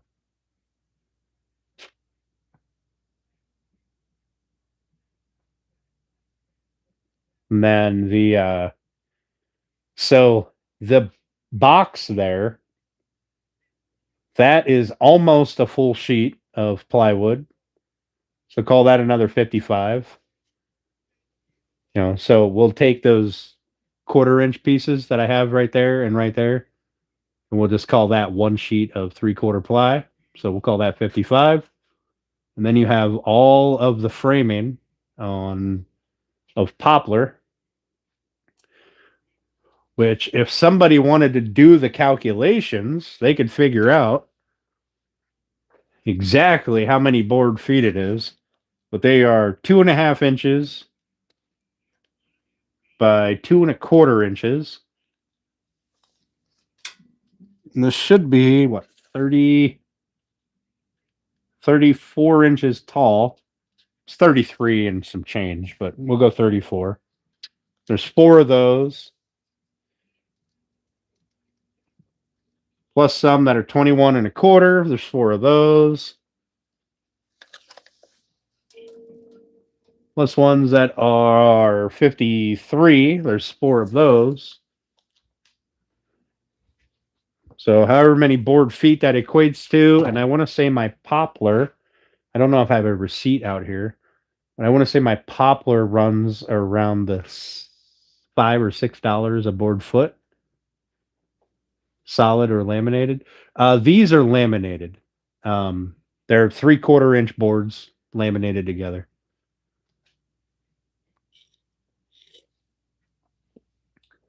So I did them like this, right? So I've got 3 boards that are 3/4 of an inch, and just glued them all together to make my squares, my posts, my beams, whatever you want to call them.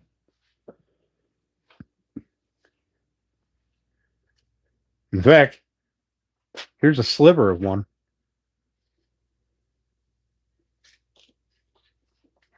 Went to an Amish furniture store. All right, let's hear how this worked out. I want to say overall wood material and glue and finish so far, not counting the face frames and the drawers and the hardware for the drawers, I want to say you're probably at like 350. Walked right out. Uh-oh. Why is that? 400. All right, so I was close. And then, you got 3 drawers, so we'll call that another half sheet of plywood, but that'll be 1/2 inch. Plus drawer faces. So call that a board foot each. That's 3 board feet. Plus 3 sets of hinges. So probably call that another $100.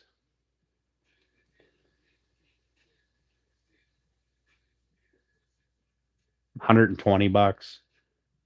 Let's just make it an even 5 for that material, just for that. And then you have your time. The time is the big thing. If I had to guess, I would probably sell one of these. It depends on what it looks like when it's done.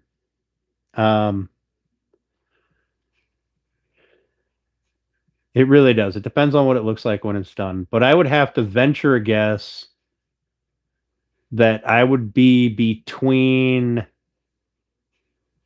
not knowing exactly how much time I have into it and how much time I have left into it, I'd probably want to be around the $2,000 to 2,500 mark, possibly even closer to the $3,000.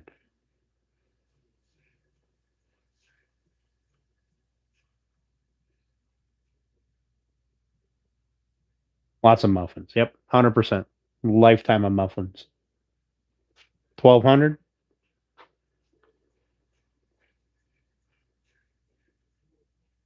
Yeah. I mean, this is the first one I'm building, so the time is a lot more because I'm doing everything for the first time. I mean, I've done everything here before, but this is the first time I'm building this. So But I don't know. It depends on how nice it looks. So just over here. No, no, absolutely not. A lifetime supply of baked goods. Because I will continue to force my wood on you. Oh, and I have the divider. I have the divider. So the uh the boxes and the divider, we'll call that another sheet of plywood.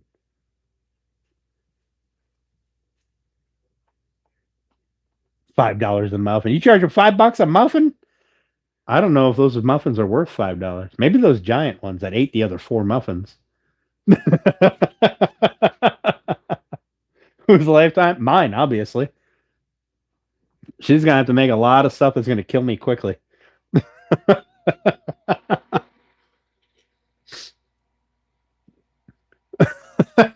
Yep.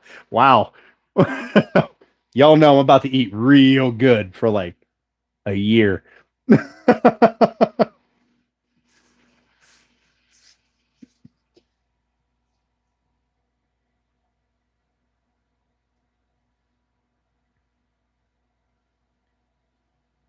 Here. All right. Fine. Fine. Yeah, but yours are homemade, so you don't get to include that profit margin that they need for their plastic wrap and you use wax paper, so you don't have to buy the muffin cups. You don't have to pay people to package them and ship them. Like I pick them up for crying out loud. Time. It's what, 2 hours on a Sunday evening? All right, fine. Fine. And quality. Oh Lord. I guess I can't really give you shit about time and quality. I was just talking about time and quality. Hot and served with a smile. I don't know that she's ever served me them either A, hot, or B, with a smile. In fact, I think the last batch got thrown at me. Like, here you go. These are weird. These two are weird. Fucking eat them and like it. Tears.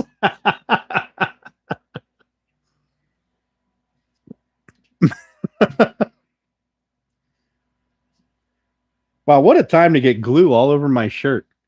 We got glue. We got wood glue all over that shirt, and it's waterproof, so it's never coming out. Good thing this shirt's getting replaced here soon.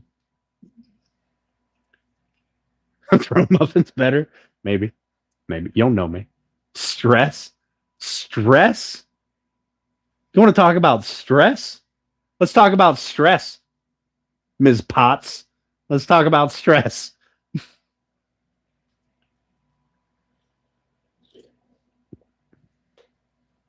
How about the stress of making that wood top right there and not fucking it up? All right. That was stressful. I almost ruined the beauty of that wood. I caused you stress.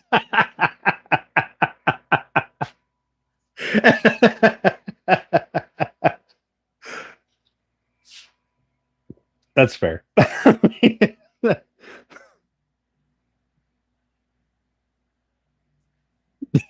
Playing with wood.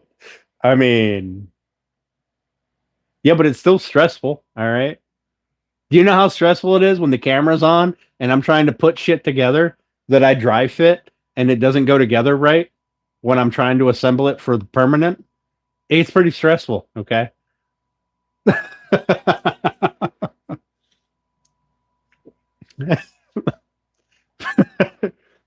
Father Time, are you saying we fight like an old married couple?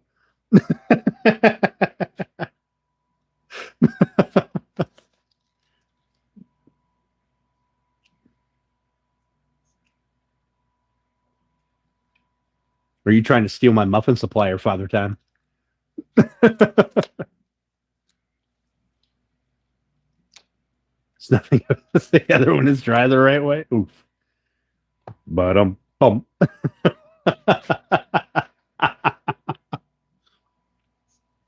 Oh Lord.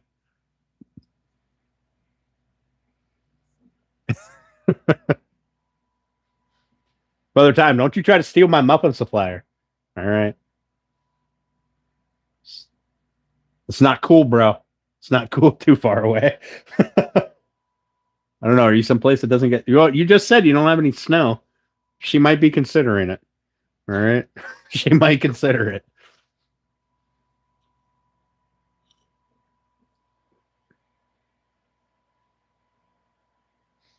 Although it's a pretty big milestone having this thing assembled. Now I'm just gonna have this giant fucking thing in my shop for a while till I get it finished. Maybe move the homebound.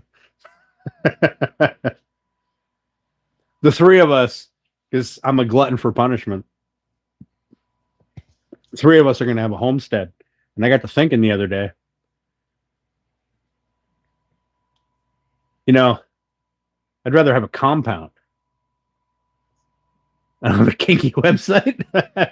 You could.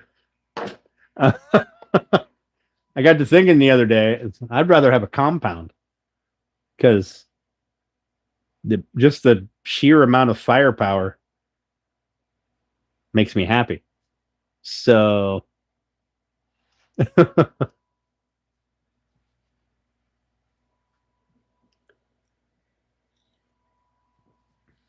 listen, if I had a kinky website, people would be paying me to put my clothing back on so I didn't blind them, burn out their retinas when they scrolled to my page.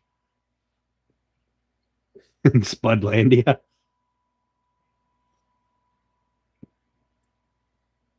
Are you in potato country? Listen, I like potatoes.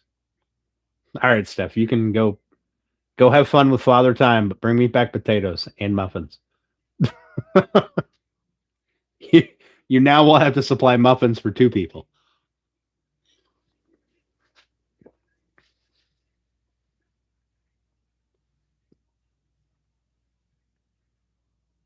I will share my muffin supplier for potatoes.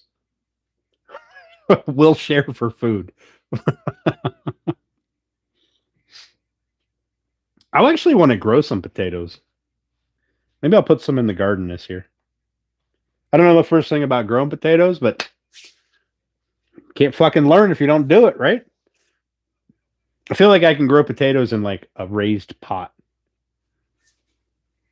instead of like just in the ground. Safe I'm not into muffins. All right. All right. Well, she does bread too.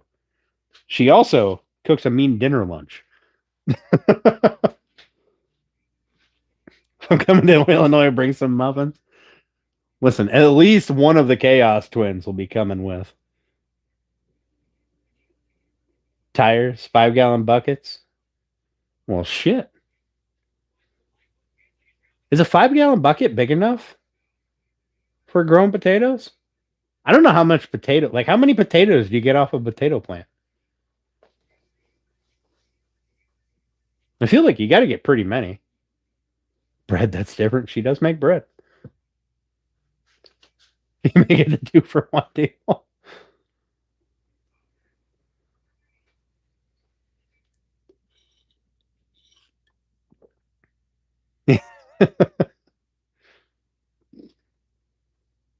Listen, I don't need to put any wood in the back seat of the truck. Giggity. Uh, I just need to put some black walnut in the bed of the truck. I got the tonneau cover to cover it up. Tires work best. Well, my day job is a dealership, so I have access to all the fucking tires that I want. Also, I have access to a fuck ton of cedar. I can just build planter boxes, raised beds.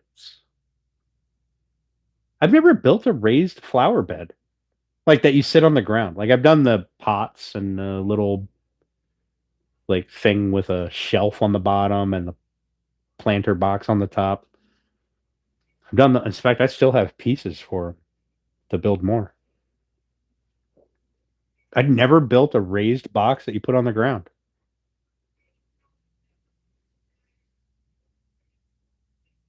Maybe I should build some of those because Steph's gonna have a garden this year. I'm gonna have a garden this year. Steph's gonna have to maintain her garden because I'll be too busy to maintain both of them.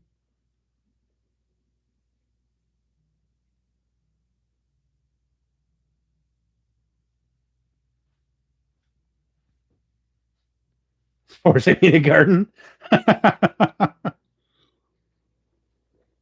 Forcing you to do all kinds of things, Steph. Forcing you to take my wood, make me baked goods, garden. Bex can help you out. She knows how to garden. I'll build the garden. I'll build the trellises for the beans and stuff. You do all the maintenance. Feel violated? One tire down, fill with dirt, let the plant grow about a foot, put another tire on top. Does that give you more potatoes? Like, do you leave some of the plant sticking out of the ground? Safe word potato. If you say potato, you might have multiple potato plants in your garden. Listen, I'm about to try this tire thing. So do you bury it completely or do you just like we have farms around here that grow potatoes. But so did they do it in the mound, right? They have the machine on their tractor, it comes in, makes like trenches in between two mounds, and then they plant on the mound. Do I have to wait for the plant to get higher than the second tire would be, and then put a tire on it and fill it with dirt? Or will it just keep growing upwards? Leave the top out? Interesting.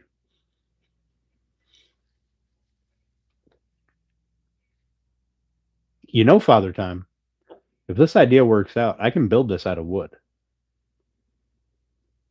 I can build this out of wood and I can sell.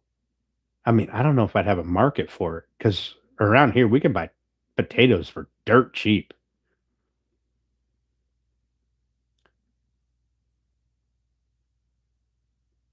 Like during harvest, it's like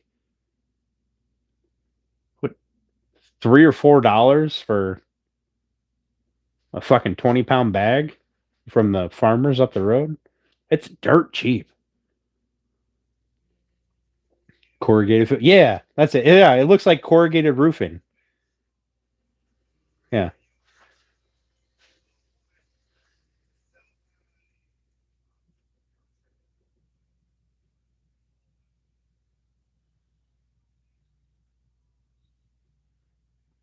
I don't know the first thing about farming, but I do watch YouTube. So I feel like but I kind of want to have another drink. I really do. I could probably give you guys a few more minutes. Why not? I don't go to bed until 11 anyway. 12, 3, some weird time. Well, so now we're talking about farming. So that is really pretty. I like that.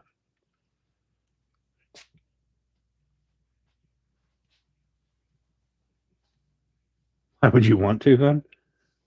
I mean, because you can't learn unless you do it.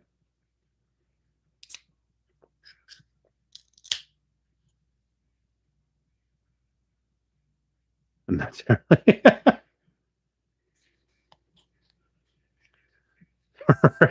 TJ. That's all right, Jesse. Have a good night. Appreciate you hanging out with us tonight. Right, that's pretty much all I know about farming. Listen, my very first garden that I made here, I put in a garden my first year here, my first spring, and I planted it late.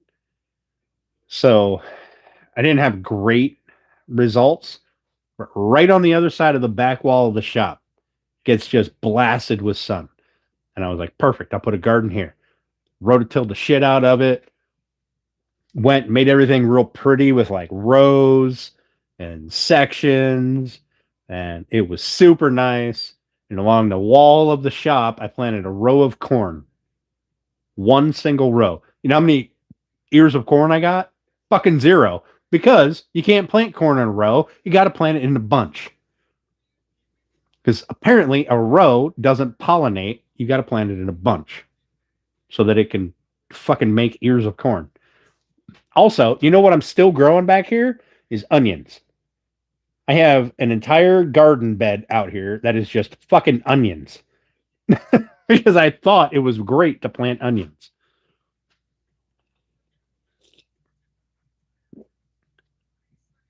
At some point, they dig them up.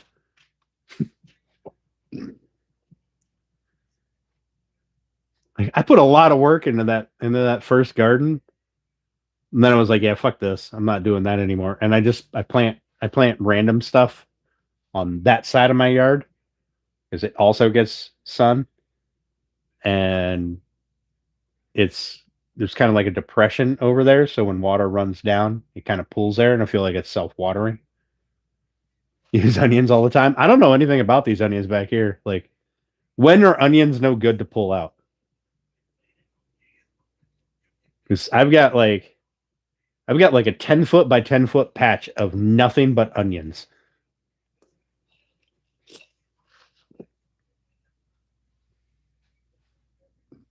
And that's 6 fucking years later. This is a 10-foot by 10-foot patch of nothing but onion. And I've never once pulled them out.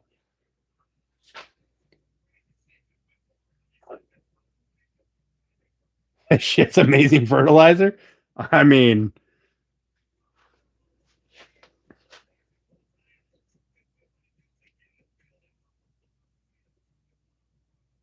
oh, that's clever, Woodlot. Same idea, hydroponic farming. Yeah.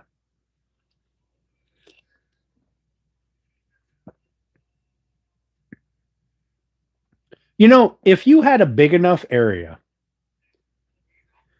right? Let's say you had, I don't know, an 8-foot round pool, right? Like one of those like pond liners that you can put in the ground, right? Let's say you had one of those and it was 8 feet round. If you floated a bunch of stuff on top of that to grow, right? Hydroponics, could you throw some fish in there? Like beta fish, you can have beta fish in like a vase with a plant on the top. You don't even have to feed the fucking things. They just eat whatever grows on the plant. But I don't know how much space a beta fish needs before they start fighting each other.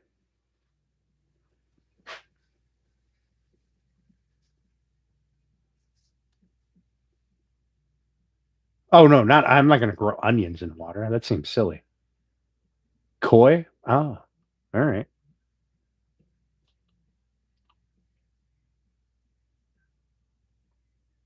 That makes sense. Yeah. Put like a little air bubbler in it or something, or goldfish or something. Like, would you still have to feed them, or do they eat like whatever just grows on the plant? Do they eat the plants? I mean, just gonna have a bunch of dead plants because they don't have any roots. So you gotta have like a space open for them to feed.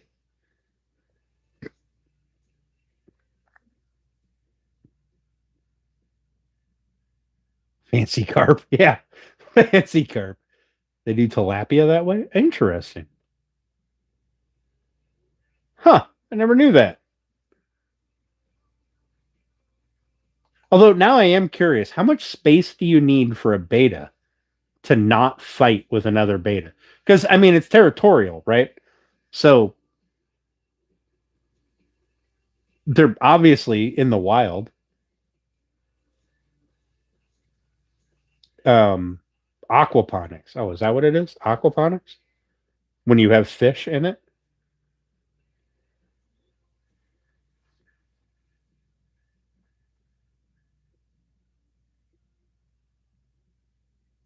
I wonder if I can have see. Now I'm curious. Like, can I do this? Have a couple of tilapia in there? I'll put a pond in. I don't mind putting a pond in.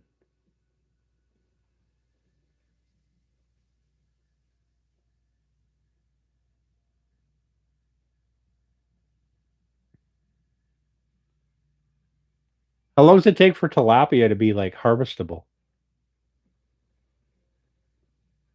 Males will kill each other. Yeah. I know they're like what Japanese fighting fish or some nonsense like that. But obviously they're in the wild, right? They're a real fish. It's not like they just breed them to sell in stores. Thanks, Mrs. S. I appreciate that. Also, I watched some of your live. I think it was last night. I did watch some of your guys' live last night.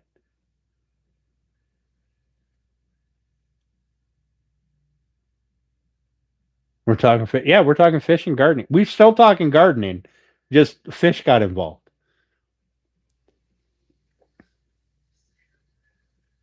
Well, woodlot says about 6 to 8 months.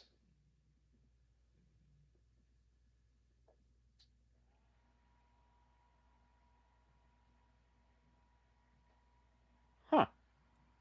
So now I'm curious. Like, I could probably do that. And if it's self-sustaining and I get to eat the fish, like, I don't know, when winter comes, then this seems like an all around good idea.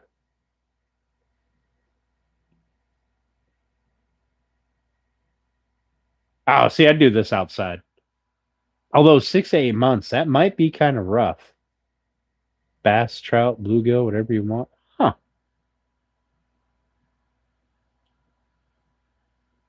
So bass, trout, and bluegill.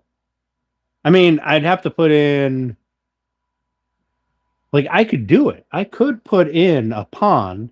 It'd have to be a pretty good sized pond. Put in some of those current things, like he pumps for like saltwater tanks to provide current because trout like to hang out in current. Keep the water moving.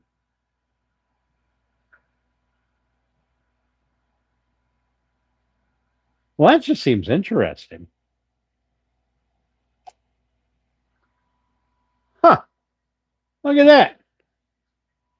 You guys giving me new ideas.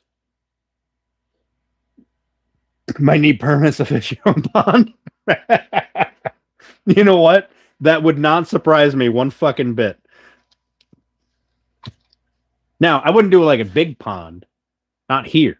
But if it works small scale, it would obviously work large scale. And large scale, you wouldn't be worried about the whole thing freezing solid. You'd have to feed them. Yeah. I mean, that makes sense. It makes sense you'd have to feed them.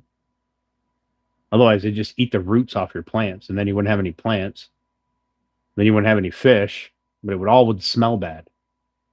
And you got fish in there, so they'll eat any mosquito larvae and stuff, which will alleviate that whole problem. Huh. I wonder how deep it has to be to not freeze solid. I'm going to go down a whole rabbit hole. Thanks for that, guys. I feel like a lot of work for a little return, right? Right. I'm going to go down a whole rabbit hole. I know it. Because I know I have to dig an 8 foot deep, sorry, not 8 foot. I have to dig a 6 foot deep trench through the yard. So I'm gonna rent a mini to put a trench in the yard in a big U shape so that I can lay down some coil in it. It's got to be at least 6 feet, preferably 8, but at least 6.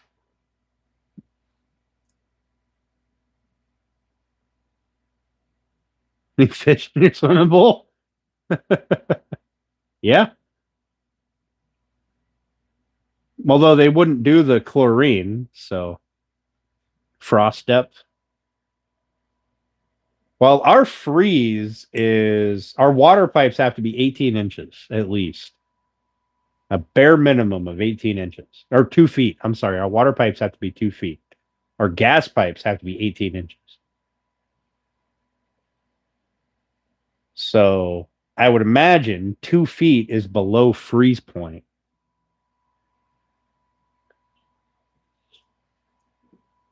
So if you had in the worst winter, you'd possibly have 2 feet of ice in your pond, which means,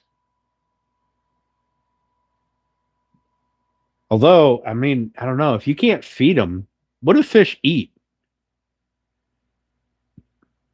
What about water? Oh, yeah, that's a good point. I don't know how deep the water freezes. I know out on the lakes you can get a couple of feet deep.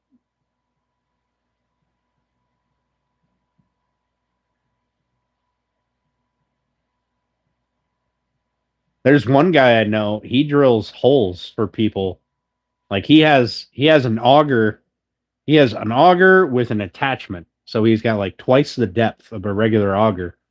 And he'll go out on the really bad winters, really cold winters, and he'll charge people to drill their holes.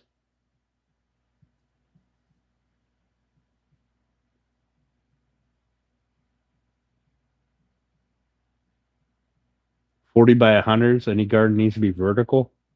1 year you overproduce your yard. Really?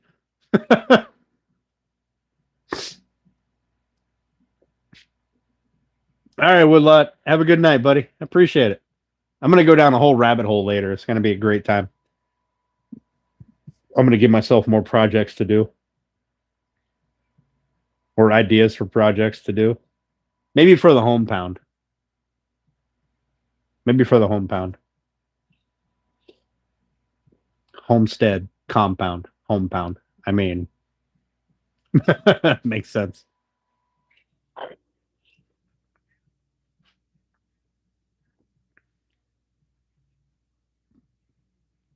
Either way, I'm building a basic garden this year. I'm building two, but I'm building one at my house and I'm building one at Seth's house. That'll be. I'll get them all done in spring. That way we can be ready to plant when the ground's ready.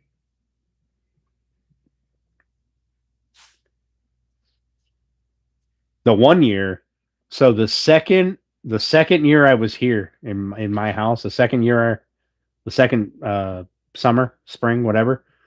I was like, all right, well, I'm gonna pre-start my stuff in the house in like those little grow pot things, and I bought one of those little like greenhouse things that you put the trays in, and my shit was like a foot tall, and it was still cold outside.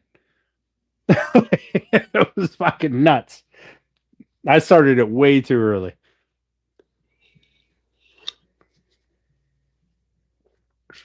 No, Steph. No, no. Because how are you going to have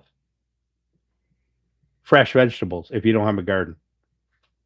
I mean, you're going to need to do something. You got to get this home pounding thing down. Raised beds are best for city folk. Yeah, I guess I'm technically a city folk. I mean, I've got an acre, but made that mistake before. I'm glad I'm not the only one who made that mistake. Like, I'm transplanting shit because it overgrew the weird little, like, 1 inch square, 2 inch deep fucking starter pod from yours and Bex. No, no, no, no. You're going to have to grow it too. What if mine doesn't produce anything? I mean, we're going to have a backup. It's just going to steal your shit, right?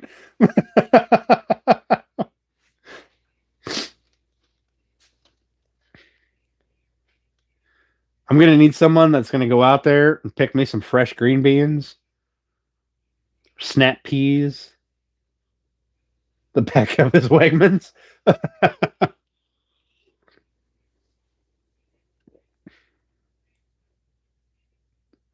After that second year, I don't think that I planted any. I don't think I've had a garden for 4 years in the Amish store. I mean, the Amish are pretty good at growing vegetables. Can't lie. But they got like a million kids to go out there and maintain it. What, it's $50 a cucumber? No, no. Not in my area. You live in the town they started in? See, I love Wegmans. My Wegmans is great. I just went grocery shopping there, spent like, I don't know, 150 bucks. Got a ton of food. Well, I mean, for me, a good amount of food. But also, Wegmans, I feel like Wegmans fruit and produce lasts longer than anyone else's. I don't know if it's because they pick it earlier or get it picked earlier or whatever.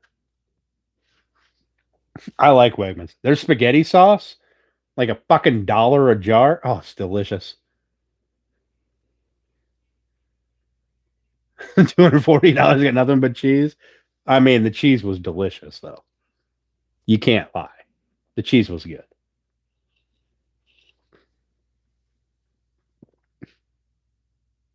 Although when you gave me my little cheese pouch or container, um, next time separate the moldy cheeses from the other cheeses. Okay. The moldy cheeses transfer flavors. All right. And things start tasting weird. You'll have to learn canning. I know how to can. Steph will have to learn canning.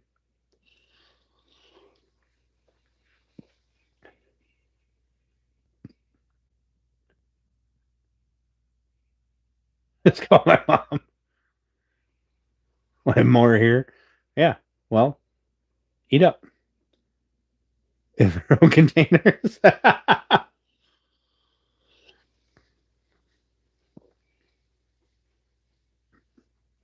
I remember it's outrageous in their hometown. No, I believe it. I believe it. Although, so I have found the Wegmans here. It's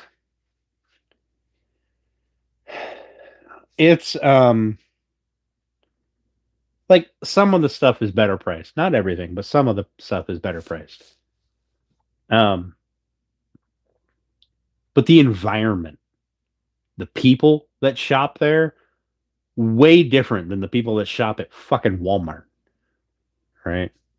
Like I can't stand going to Walmart. I don't mind going to Wegmans. Can't stand going to Walmart. Like I can go to Wegmans and I don't have anybody fucking stopping in the middle of the aisle and having a family fucking reunion, right? Blocking the whole aisle, running around screaming into their fucking speakerphone, yelling at people from across the aisles. Like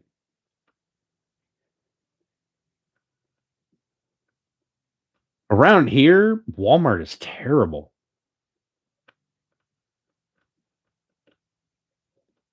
And then, I mean, you can go to Edinburgh, you go to the college town Walmart, and while college is in session, it's just a bunch of ignorant fucking kids.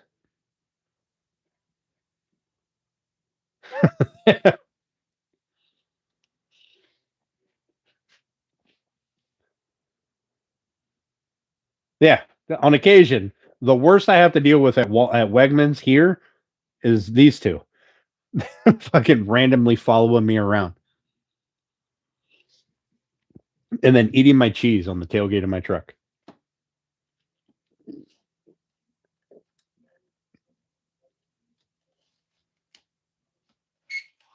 You know, I never thought about Wegmans being more than just one store. I don't even know where Wegmans started. Kodak, as in like the film, like camera film.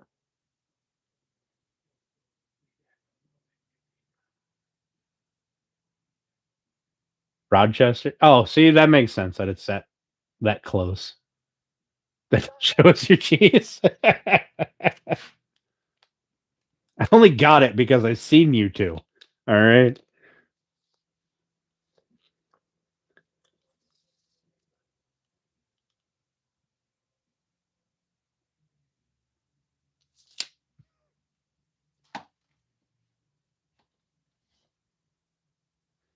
I did. That lady that was sitting in the parking spot caddy corner to us or next to my truck. Um, she enjoyed watching us eat cheese in the parking lot too, for some odd reason.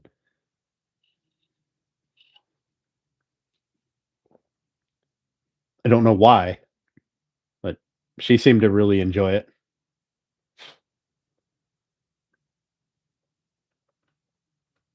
Yeah, Tops is terrible. I hate Tops. What tape measure was that one? We may never know.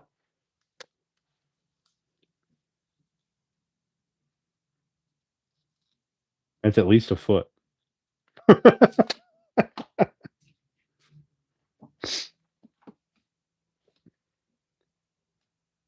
And we got a Tops here in town. I fucking hate going up there.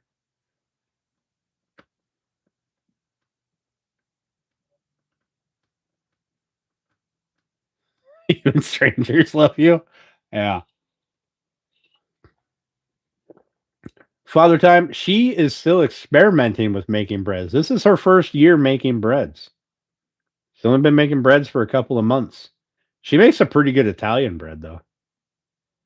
Everything else is like a one off. Like she'll find a new recipe and make it and decide she doesn't like it, and then find another recipe, make it, decide she doesn't like it, find another recipe, just rinse and repeat. But her Italian bread, pretty fucking good. Yeah, she made really good sub rolls, buns, whatever you want to call them. She even put shit on the top of them, like cheese and seasoning. They were pretty good. They were tasty.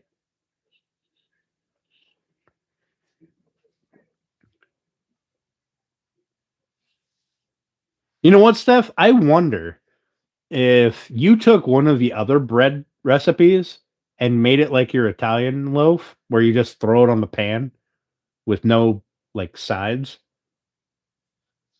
I wonder.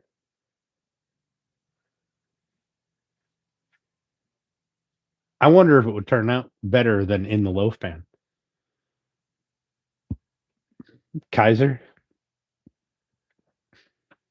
pepperoni bread with cheese. Oh Lord!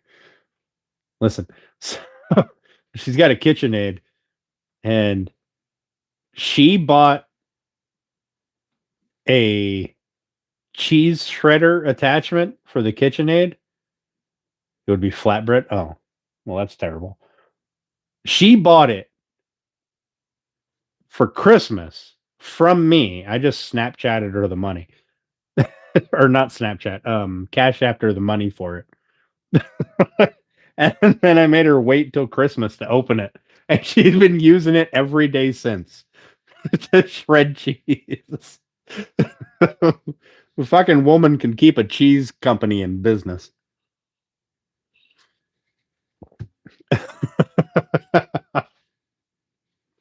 There was something else too. Oh, an ice cream maker that you put on the in the KitchenAid. Made her wait till Christmas to open them. Right? Yeah, it was on sale. That's why she had to buy them, because I wasn't going into town, so I just sent her the money for it.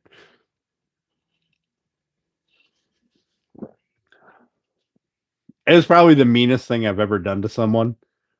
Is she's over there shredding cheese like every day with a little box shredder thing, just shredding away, knowing that she has an automatic shredder thing. Like, she can put on the machine and just put blocks of cheese in it, and shredded cheese comes out the end.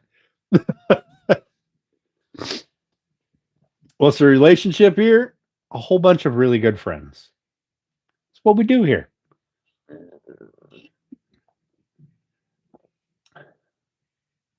One of which makes me baked goods on a regular basis, and I force my wood on her.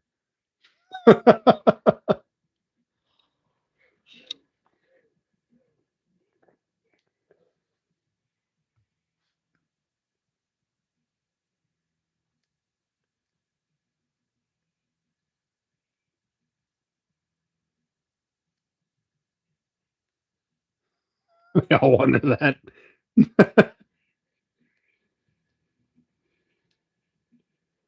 I get good food. She gets good wood. I mean, pass her. I wish I had a biscuit friend. You know, Steph made accidental biscuits the other night, and they were surprisingly good when warm. After, all right, I maintain that I made them better when I told her to put melted butter and garlic on the top of them. I feel like that made the whole thing better. I don't know. Yeah, I know Bex would have. She'd have opened that fucker up the first day she got it.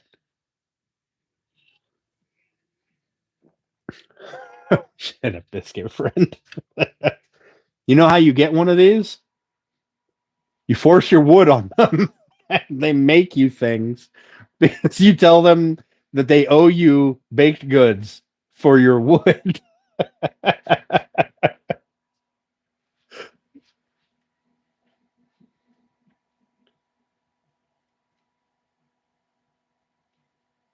Butter and garlic makes everything better.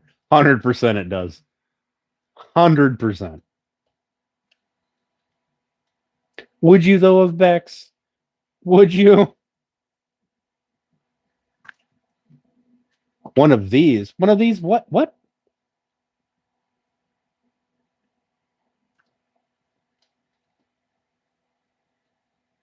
Oh, the one of these. He said he wanted a biscuit friend. All right. Sick and wrong.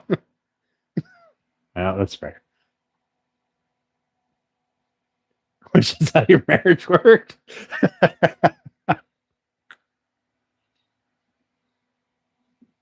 I can't help you there, man. I can't help you there.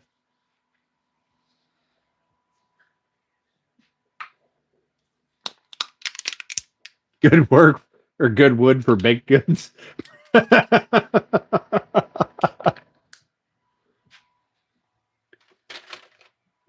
You know what, TJ? I feel like once that ring hits the finger, they forget how to use an oven. I mean, I'm thinking that's how that works. Also, I'm not sure that the good wood continues, so that they keep remembering how to use the oven. I don't know. There might be some sort of correlation here.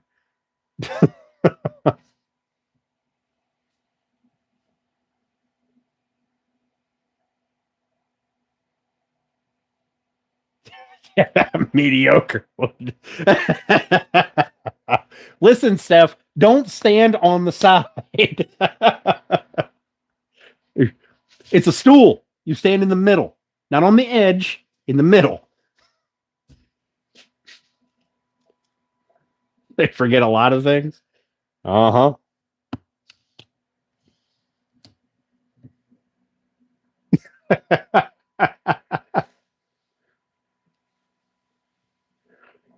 Yes, unfortunately, I have. You want to stand on the edge of everything. Oh, look, my fire went out. Now we're looking at, I don't know, some fucking city.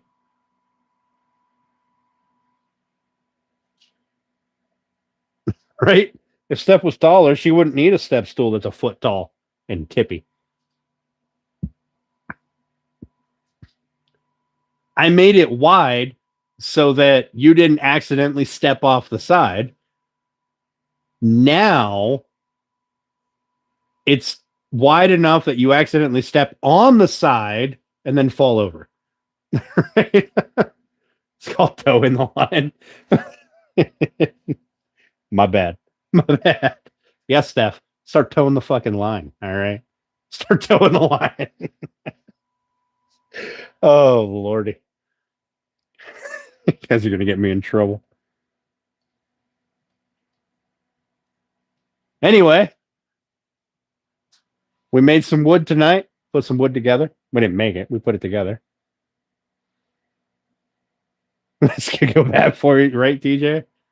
That's. I knew it was terrible as soon as it came out of my mouth. My muffins next week are going to be poisoned. My lunch tomorrow might taste weird. Just a hint of rat poison. She won't kill me altogether until she gets this. She wants the wood. And then, unless she has some new idea of what wood she wants forced on her, then I've pretty much lost my usefulness. Doesn't reheat well. Meh. No, that's right. You know what I normally eat? Is reheated randomness.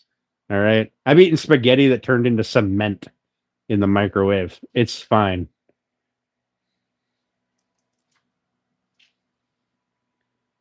Garlic in your muffin, right? It'll be blueberry and garlic.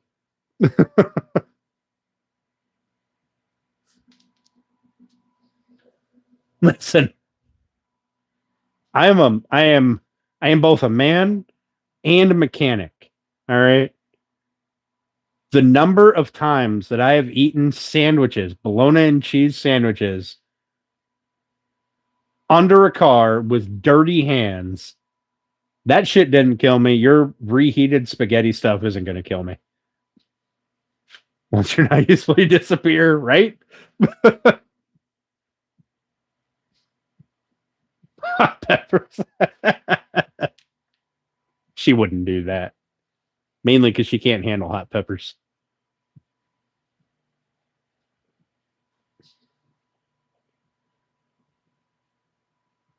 That's it, TJ. See, TJ? This is why I have to keep forcing my wood on her so that I still remain useful. Because I go, hey, here's an idea. You'll really like this. And then she goes, oh, cool. I didn't even know that was a thing. I need that. That's why women love the murder shows. Yes. Yes. Toss it with your blueberry muffins. That's so mean. How are you going to ruin the blueberry like that? Throw it in with the strawberry. No, the strawberry were pretty good. You can't ruin any of your muffins. Can't ruin any of your muffins. That's not all your muffins so far have been good. Except for that weird one that turned to like jam on the bottom. But that was a blueberry one, so the new blueberry ones are okay. A little crispy, but they're good.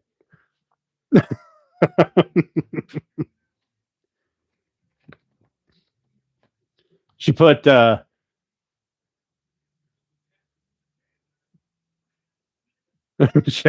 yeah. She put sugar on the blueberry muffins, right? Like the big crystals. And then she left it in the oven for too long. And so the sugar like crystallized. It gets hard, right? That's what sugar does.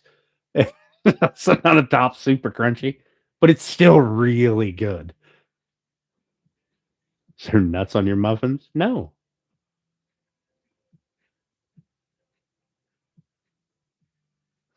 Elena wants any more muffins. All right, guys. I'm going to get in trouble, not get any more muffins. I'm going to go get yelled at on Snapchat for the next 45 minutes. Yeah. I'm not a big fan of mixing nuts in my food. All right. If I want nuts, I'll eat nuts. If I want food, I'll eat food. I don't put the two together. I don't put nuts in my brownies. I don't put nuts in my cake. I don't put nuts in my pie. I think it's all weird. I keep them separate.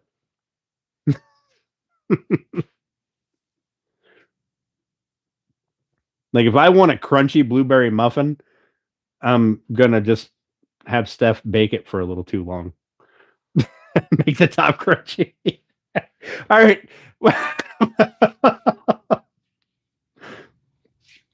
All right, guys. I'll talk to you all on Thursday.